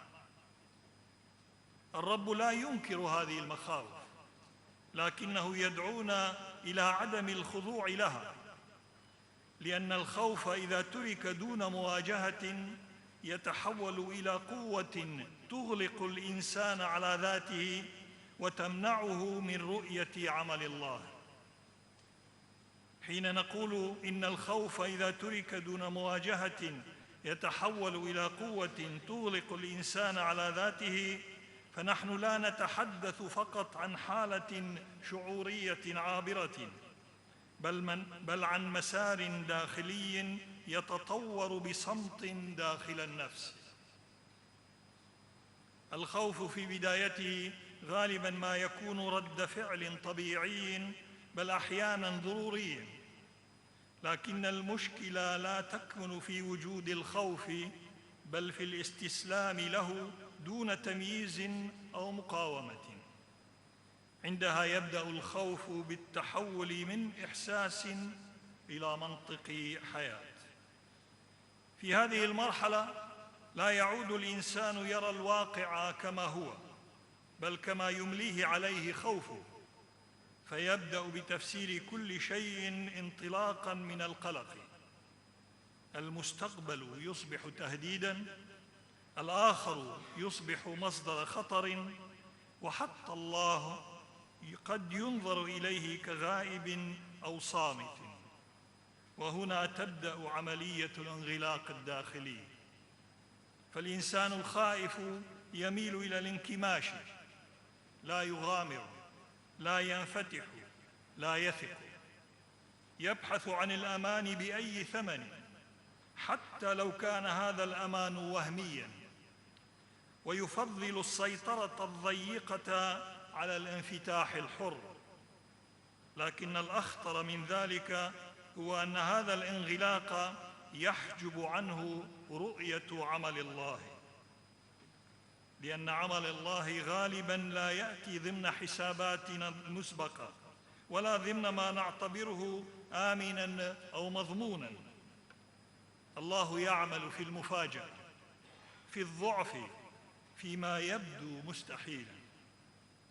أما الإنسان الخائف فهو يبحث فقط عما يؤكد مخاوفه لا عما يكشف حضور الله، فتصبح عيناه مهيئتين لرؤية الخطر لا النعمة، وسمعه مهيئ لسماع الأخبار السيئة لا الكلمة التي تعطي الحياة. وهكذا شيئاً فشيئاً يدخل الإنسان في نوع من العمى الروحي. الله يعمل لكنه لا يراه، الله يتكلم لكنه لا يسمعه، ليس لأن الله غائب بل لأن الخوف ملأ كل المساحة الداخلية. وهنا نفهم لماذا يقول الرب يسوع: لا تخف، آمن فقط، كأنه يفتح نافذة في هذا الانغلاق ويعيد توجيه القلب من الداخل. فالإيمان في جوهره ليس فقط ضد الشك بل هو أيضاً ضد هذا الانغلاق الذي يسببه الخوف. الإيمان هو خروج من الذات من دائرة القلق نحو الثقة بشخص حي. في النهاية كلمة المسيح ليائيروس هي أيضاً كلمة لنا: لا تدع الخوف يكتب الفصل الأخير من قصتك. الإيمان هو الكلمة الأخيرة. استناداً على هذا التأمل في مقولة ربنا يسوع، وفي هذا اليوم المبارك الذي هو جمعة الذهب في طقسنا الكلداني، وهو تذكار الأعجوبة الأولى للرسل، حيث قال مار بطرس للرجل المقعد الذي كان يطلب الصدقة في باب الهيكل: لا فضة عندي ولا ذهب، ولكني أعطيك ما عندي، باسم يسوع المسيح الناصري امشي. على هذين الأساسين أبدأ رسالتي كبطريرك وأب لكنيستنا الكلدانية، بثقة رغم وجود الخوف، بإيمان رغم معرفتنا بالتحديات، بانفتاح للجميع رغم إغراءات الانكماش والانغلاق. اليوم أستلم هذه الرسالة والمهمة الكبيرة بتواضع عميق وبشكر كبير، أولاً لله الذي أنعم علي دائماً بنعمه وبركاته، ولكنيستي الكلدانية التي أفتخر بالانتماء لها، وبأنني ولدت وتربيت ونشأت فيها، في طقوسها الرائعة وألحانها الجميلة وكلمات تراتيلها العميقة ومؤمنيها الطيبين الغيورين على إيمانهم. أود أن أشكر من كل قلبي كل الحضور الكريم: Sua Eminenza Reverendissima Cardinale Claudio Cogeretti, prefetto dell'Ecastro per le Chiese orientali. Grazie mille, Eminenza. أشكر بشكل كبير غبطة البطريرك الكاردينال مار لويس ساكو الكلي الطوبة والوقار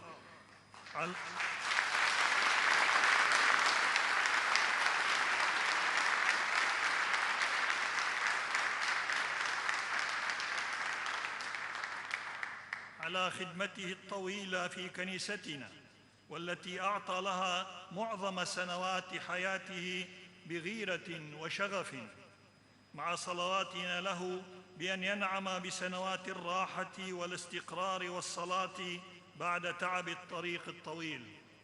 شكراً جزيلاً سيدنا.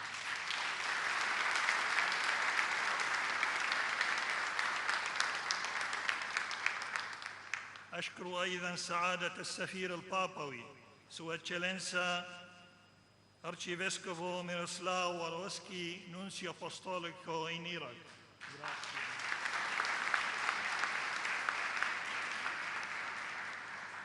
قديشوثد باتريركا مرأة ليثايا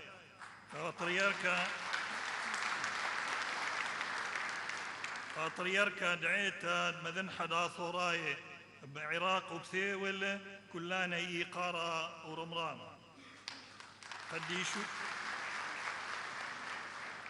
قديشوثد باتريركا مارجي ورقي ستليثايا يونان باتريركا دعيتا مذن حاتقتا بعراق وبثيول كلانا يقارا ورمران قداسة البطريرك مار أغناطيوس أفرام الثاني بطريرك أنطاكيا وسائر المشرق للسريان الأرثوذكس السامي الوقار والاحترام.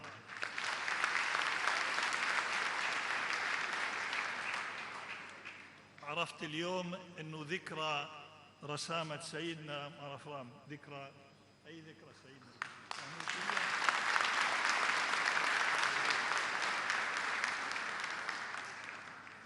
غبطة البطريرك الكردينال مار بشارة بطرس الراعي بطريرك الكنيسة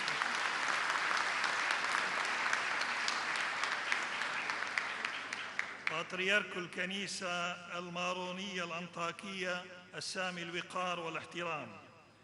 غبطة البطريرك مار أغناطيوس يوسف الثالث يونان بطريرك الكنيسة السريانية الكاثوليكية الأنطاكية السامي الوقار والاحترام.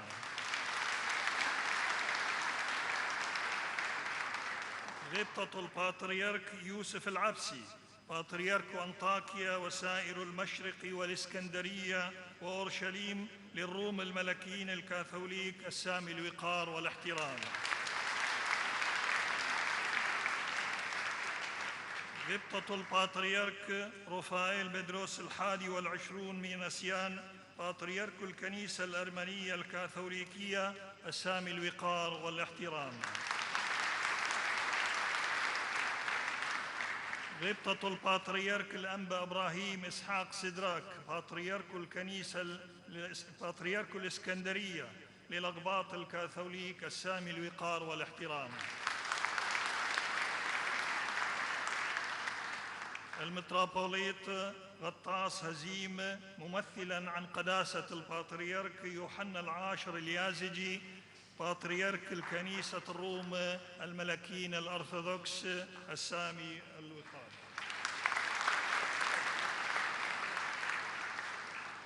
الشكر من القلب لكل السادة الأساقفة الأجلاء من مختلف الكنائس على حضورهم بيننا في هذا اليوم المبارك.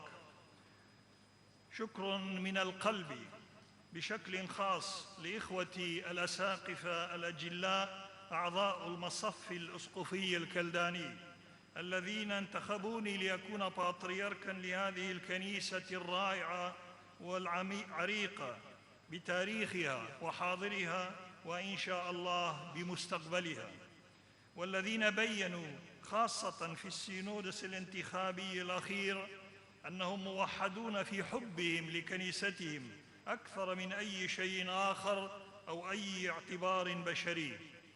أشكركم إخوتي الأعزاء وأطلب صلواتكم وأخوتكم لنسير معا في خدمة كنيستنا.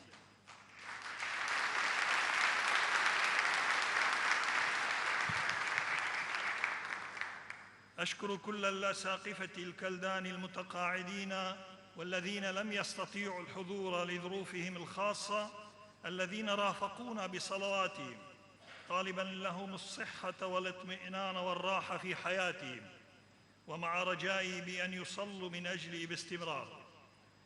والشكر موصول بشكل خاص لسيادة الحبر الجليل مار أنطوان أودو السامي الوقار الذي ترأس حفل التنصيب، ولسيادة الحبر الجليل رمزي قرمو، ولسيادة الحبر الجليل ميشال قصارشي، ولسيادة الحبر الجليل مار حبيب النوفلي المدبر البطريركي في فترة شهور الكرسي البطريركي.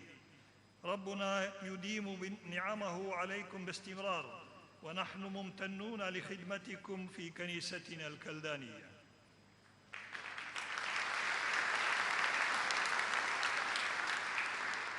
الشكر لكل الكهنة في كنيستنا الكلدانية الأبطال الذين يعيشون الإيمان مع واقع الناس، وهم في ساحة الخدمة العملية يحققون الإيمان ويعيشونه مع المؤمنين.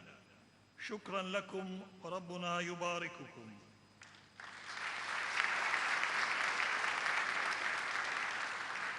الرهبان والراهبات الأعزاء، أنتم ملح الكنيسة الذي يعطي القوة والطعم لروحانيتها واستمرارية مسيرتها الإيمانية بعمق وصمت وارتقاء متواصل نحو السماء. شكرا لكم من القلب.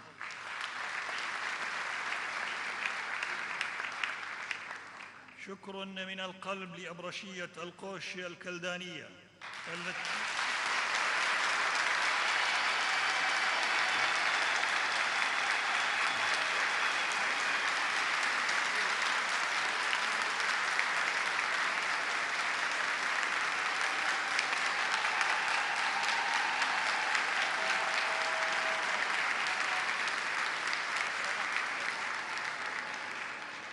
التي ولدت وترعرعت فيها.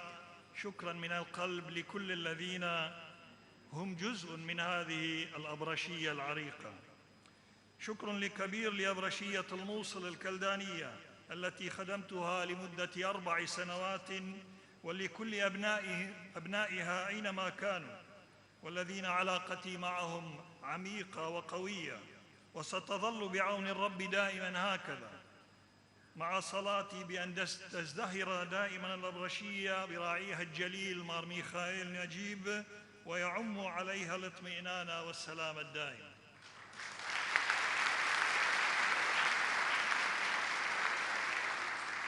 أشكر بشكل كبير أبرشية مار توما الرسول في أستراليا ونيوزيلندا بكهنتها وراهباتها وكل مؤمنيها الأعزاء.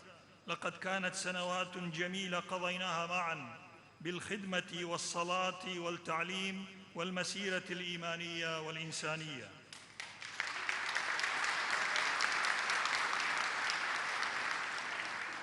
أشكر كهنة أبرشية بغداد على عملهم الدؤوب في الاستعداد لهذه الاحتفالية الجميلة. ربنا يبارككم ويعطيكم القوة لنستمر معا في مسيرة الخدمة.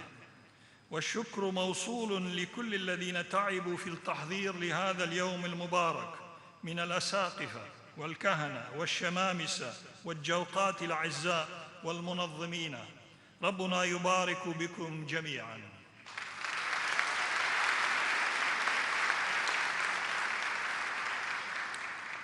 ليس لي كلمات كثيرة تعبر عن شكري لعائلتي، بالأخص لوالدي، والدي المتوفى الذي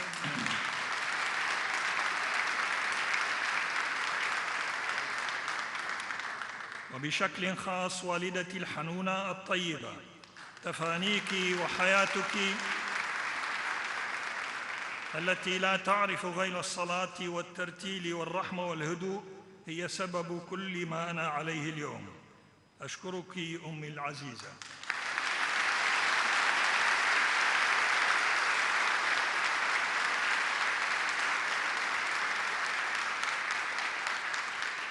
إخوتي وأخواتي الأعزاء، أنا سعيد بكم وبوجودكم في حياتي.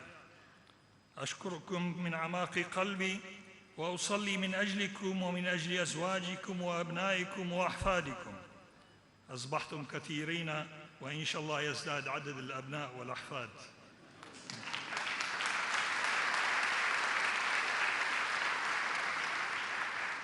شكر من القلب لكل الحاضرين هنا والقادمين من بعيد، ولكل من يتابعنا ويصلي معنا. ربنا يبارك بكم جميعا.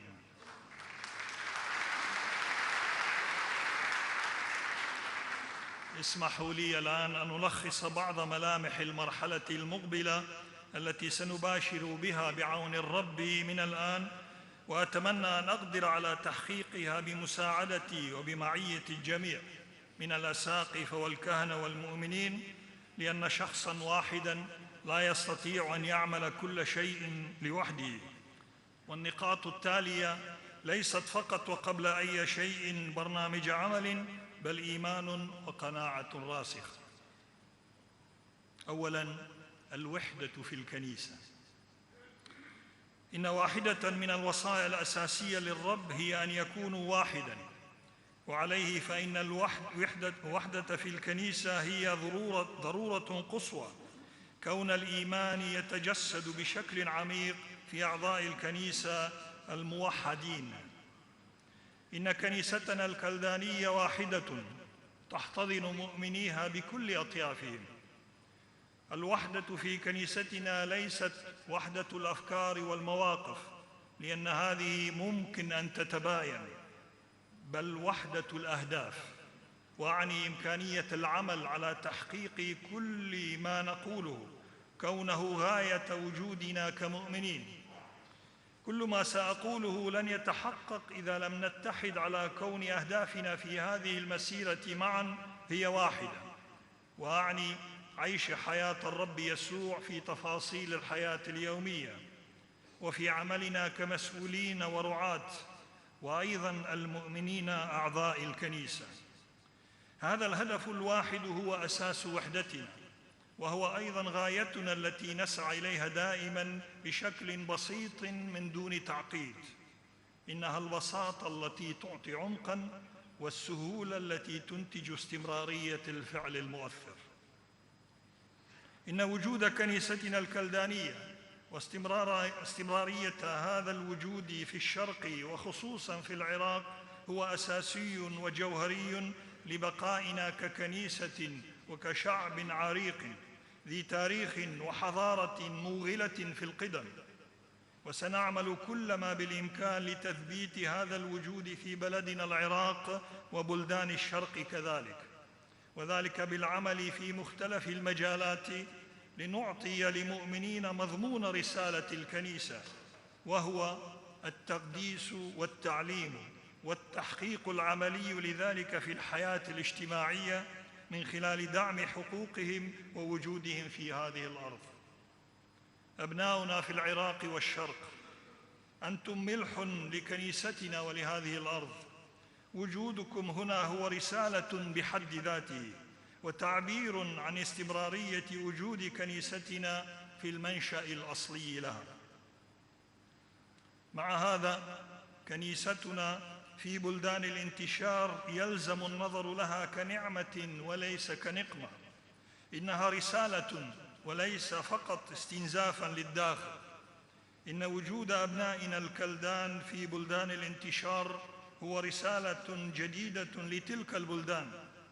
يجب أن نرى الكنيسة كمرسلة للتبشير أو إعادة التبشير من جديد للمجتمعات التي هي بحاجة لإعادة نقل رسالة الإيمان لها بالحماس والقوة التي يتميز بها إيماننا المشرقي. أبناؤنا في بلدان الانتشار، انظروا لوجودكم في هذه البلدان كرسالة. أنتم مرسلون لتعيدوا تثبيت أهمية وقوة الإيمان في هذه البلدان التي تفقده بسهولة. من أجل ذلك علينا أن نتواصل ونترابط أكثر، ونجعل خيرات الداخل والخارج في تمازج وتفاعل، كي نعيش إيماننا كوحدة كنسية فاعلة ومؤثرة، وخاصة للأجيال الشابة في الداخل والخارج، وبشكل مركز للإكليروس الذي يجب أن يشعر ويعيش كأنه جزء من جسم كبير ذي أصل مشرقي ووجود تاريخي وحاضر في الشرق، وليس كياناً منعزلاً منغلقاً لوحده. وعليه فإن تقوية الداخل من خلال مبادرات من الخارج يجب أن يكون أمام أعيننا دائماً، ونعمل على تحقيقه بترتيبات عملية تخص الإكليروس والمؤمنين كذلك. ثانياً، الحياة الروحية والعمق الإيماني. إن حياتنا اليوم لم تعد تحتمل أن نعيش الإيمان كميراث متناقل فقط، أو كنقطة ارتكاز لإظهار هوية ثقافية واجتماعية مختلفة. بل يجب أن نعمل بقوة من أجل أن يكون لنا حياة روحية عميقة في جذورها، كبيرة في تأثيرها على الأفعال الخارجية، مؤثرة في المحيط الخارجي. هناك حاجة كبيرة للتعمق في الإيمان كمعنى للحياة، وليس فقط كتعليم يتضمن وصايا وتوجيهات أخلاقية. حين نتلمس في الإيمان المعنى العميق المؤثر تتغير الحياة وتصبح أكثر فرحاً وأقوى تأثيراً في الشخص نفسه وفي المحيطين به. كنيستنا تحتاج إلى عمل كبير من أجل تعميق المعنى وإيصال الإيمان كركيزة وليس كوسيلة، وتحديد ملامح هوية لاهوتية مشرقية كاثوليكية خاصة بنا. إننا لا نتجه فقط نحو هدف واحد، بل ننطلق من أساس واحد. يلزمنا العمل على الأساس الذي ننطلق منه.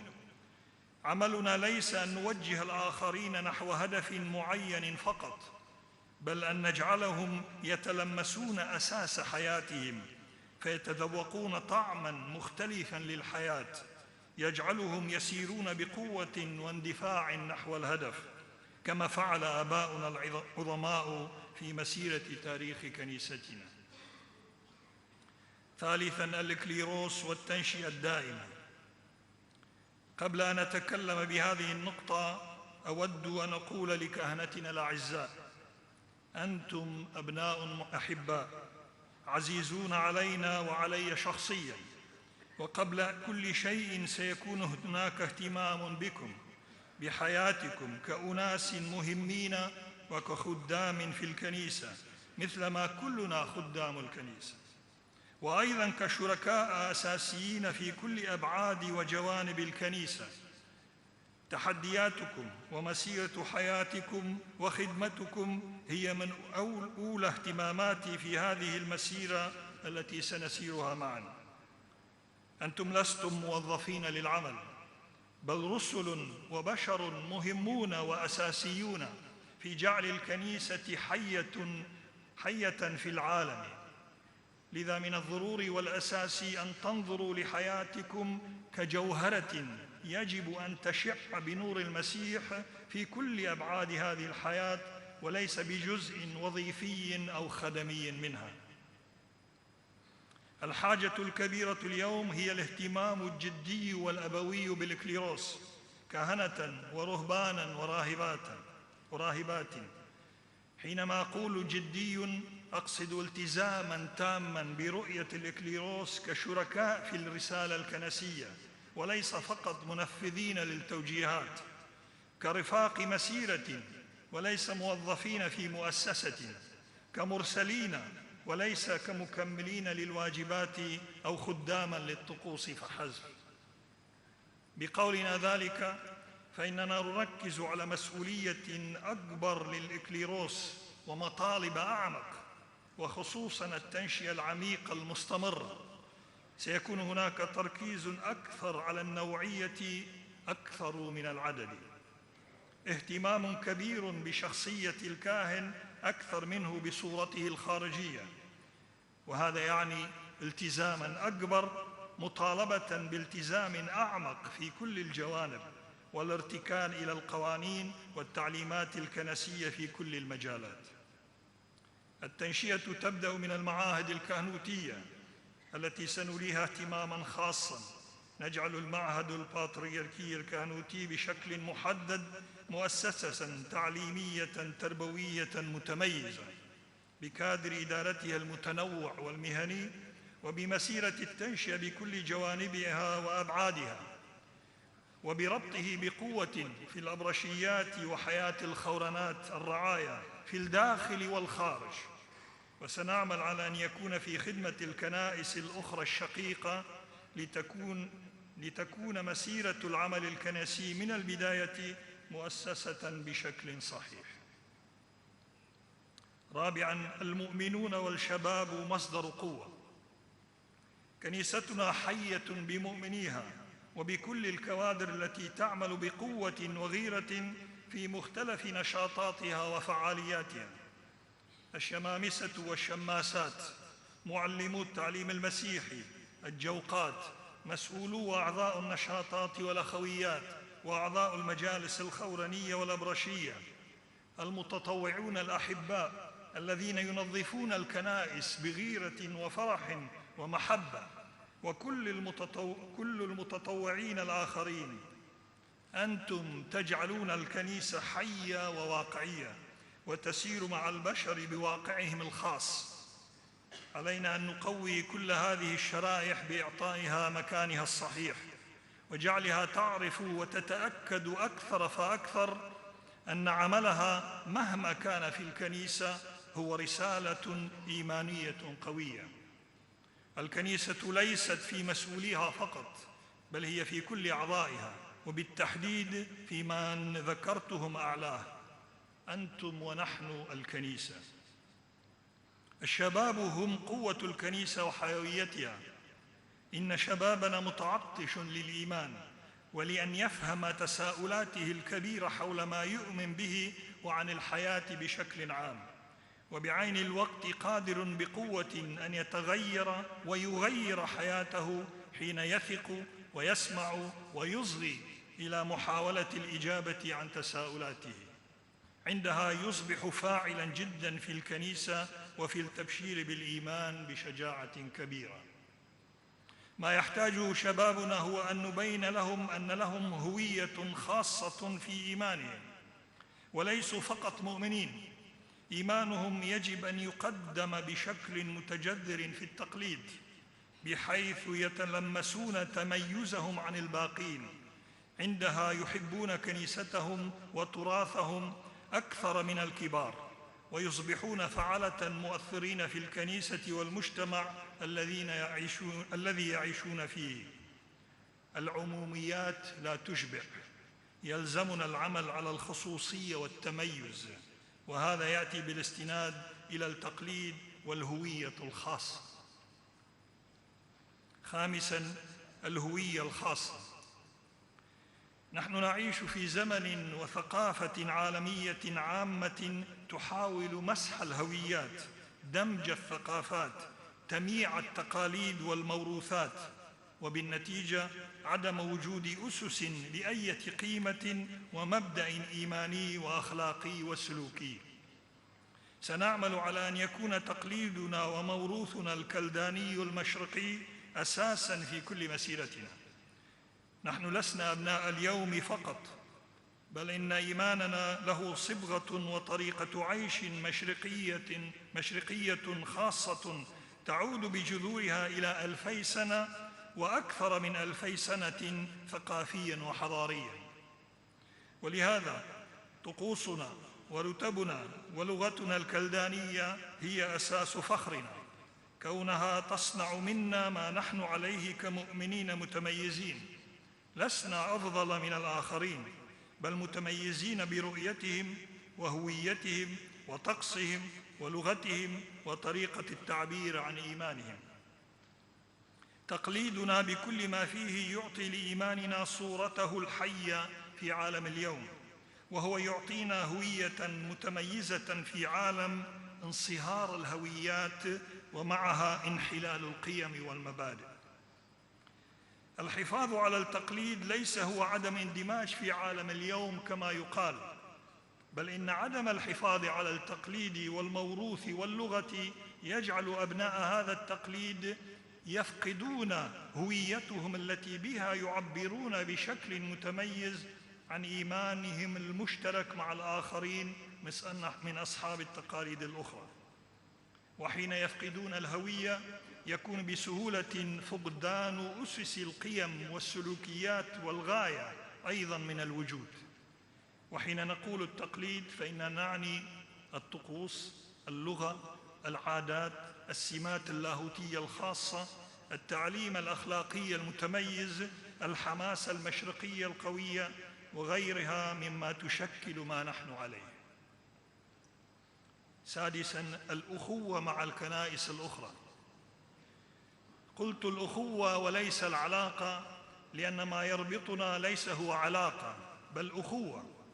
نحن جماعات يربطها الإيمان الواحد بالله وابنه يسوع المسيح وبالروح القدس، لكن بتقاليد وطقوس وثقافات متنوعة جميلة، والتي تجعل من إيماننا مثل حديقة فيها زهور بألوان وروائح جميلة متنوعة.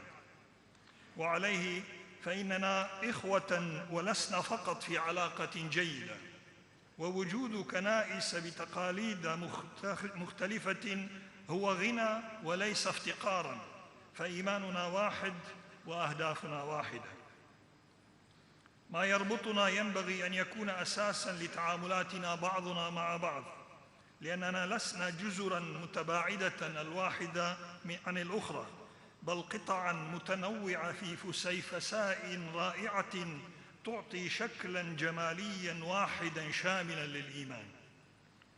لا تستطيع أي كنيسة أن تعيش بعزلة عن الكنائس الأخرى، وليس هناك كنيسة تستطيع أن تشمل كل شيء فيها. قوة كنيستنا الكلدانية هي بقوة الكنائس الشقيقة الأخرى، وخاصة في الشرق وفي بلدنا العراق، وبالتحديد مع كنيسة المشرق الآشورية والكنيسة الشرقية القديمة، كوننا نمتلك نفس التقليد والتاريخ المشترك، وإن شاء الله المستقبل كذلك.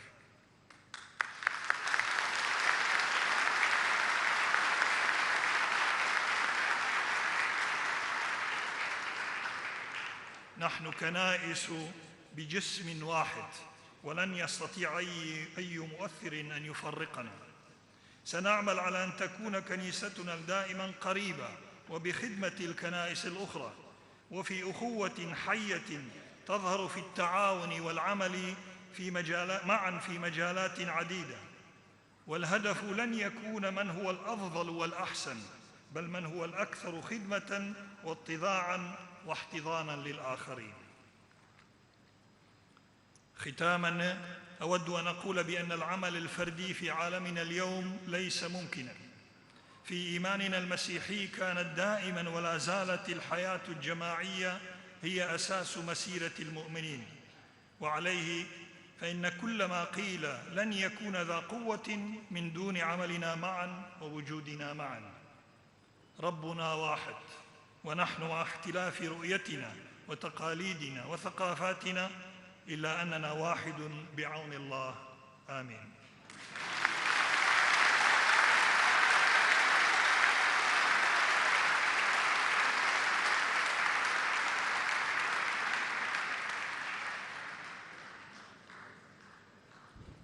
لطفاً نقف الآن للبركة الختامية.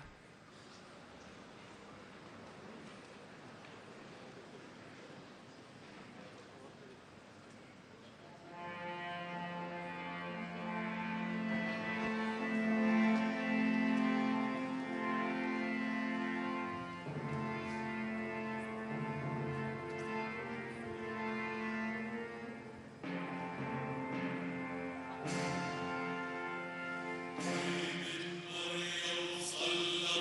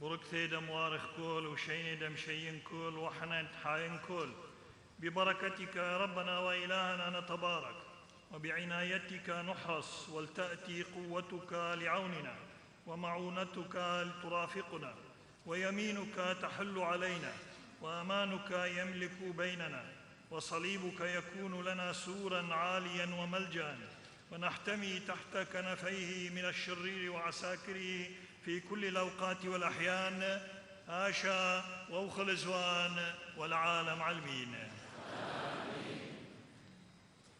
في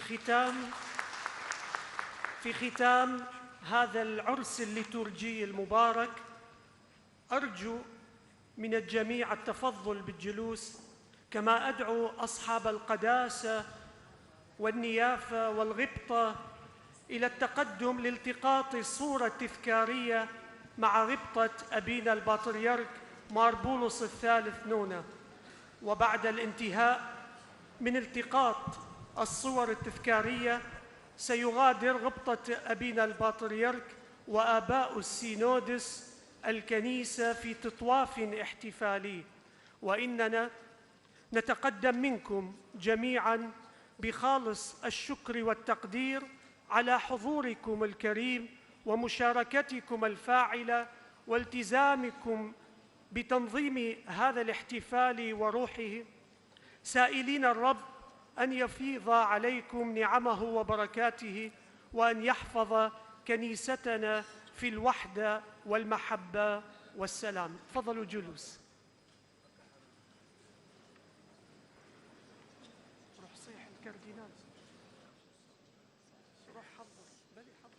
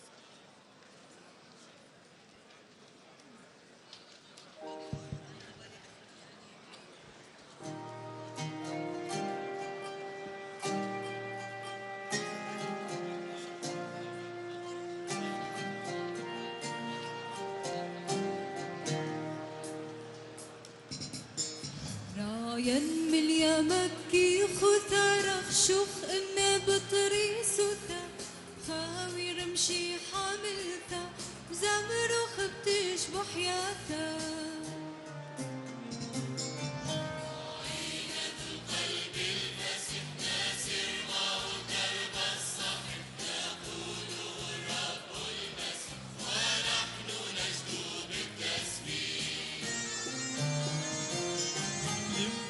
نهرك كالشيروثة حبك طاين كل زغموثة ملي شلامة فاقوثة كم بسمة اللي بواثة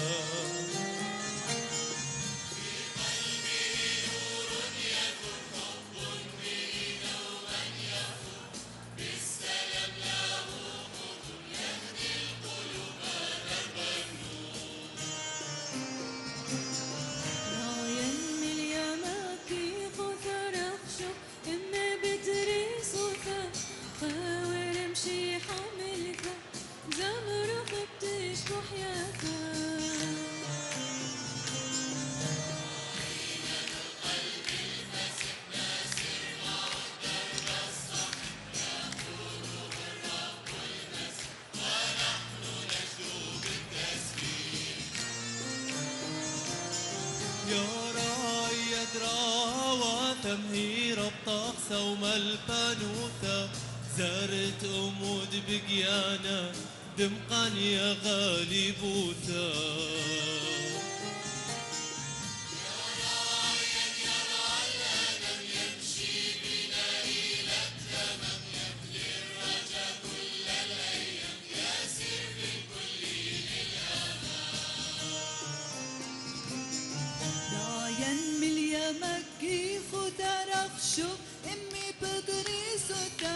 خاور مشي حملتا زمرو خدش بحياتا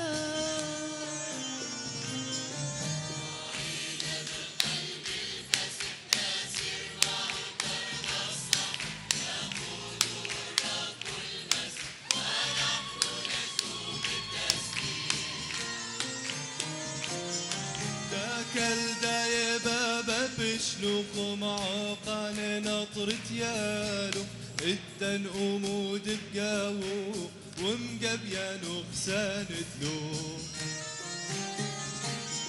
يا الكنيسة يا حنا فيك الرجاء الزمن صرت أبا للكل تهدي الجميع إلى الأمان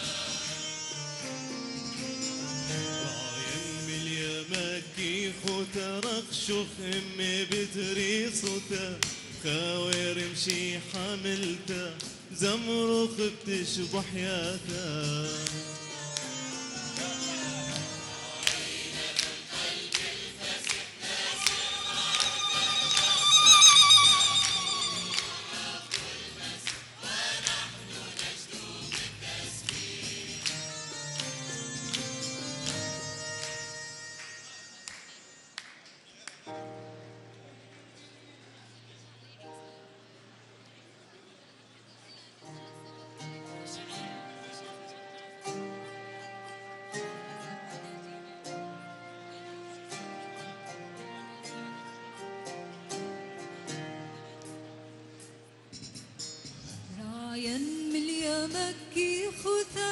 شوخ امي بطريسوثة خاوي نمشي حاملتا زمرو خبتش بحياتا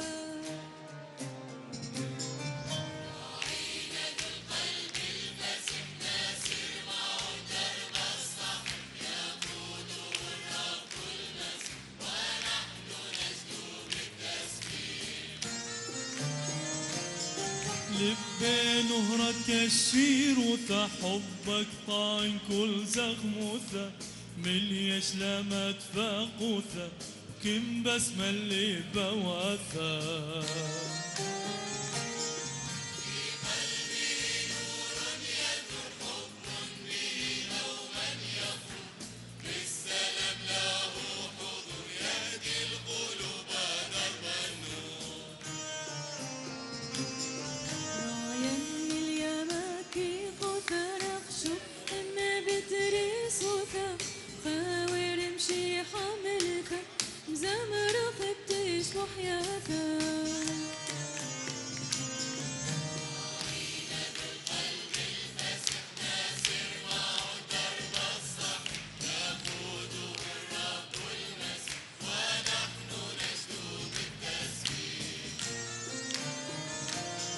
يا راية دراوة ثمهير الطخ صوم الفانوثة زارت أمود بقيانة دمقا يا غالي بوثا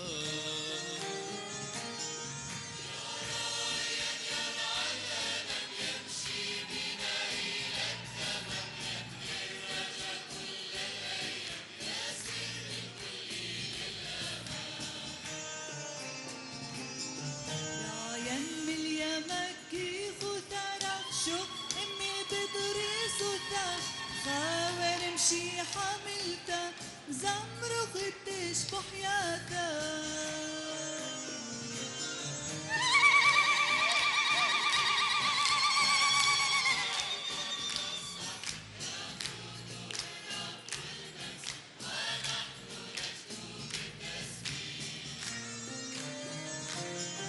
تاكل داي بابا بشلوخ معاقان نطرت يالو التن أمود بقاو ومقبيان وخسان الدو يلا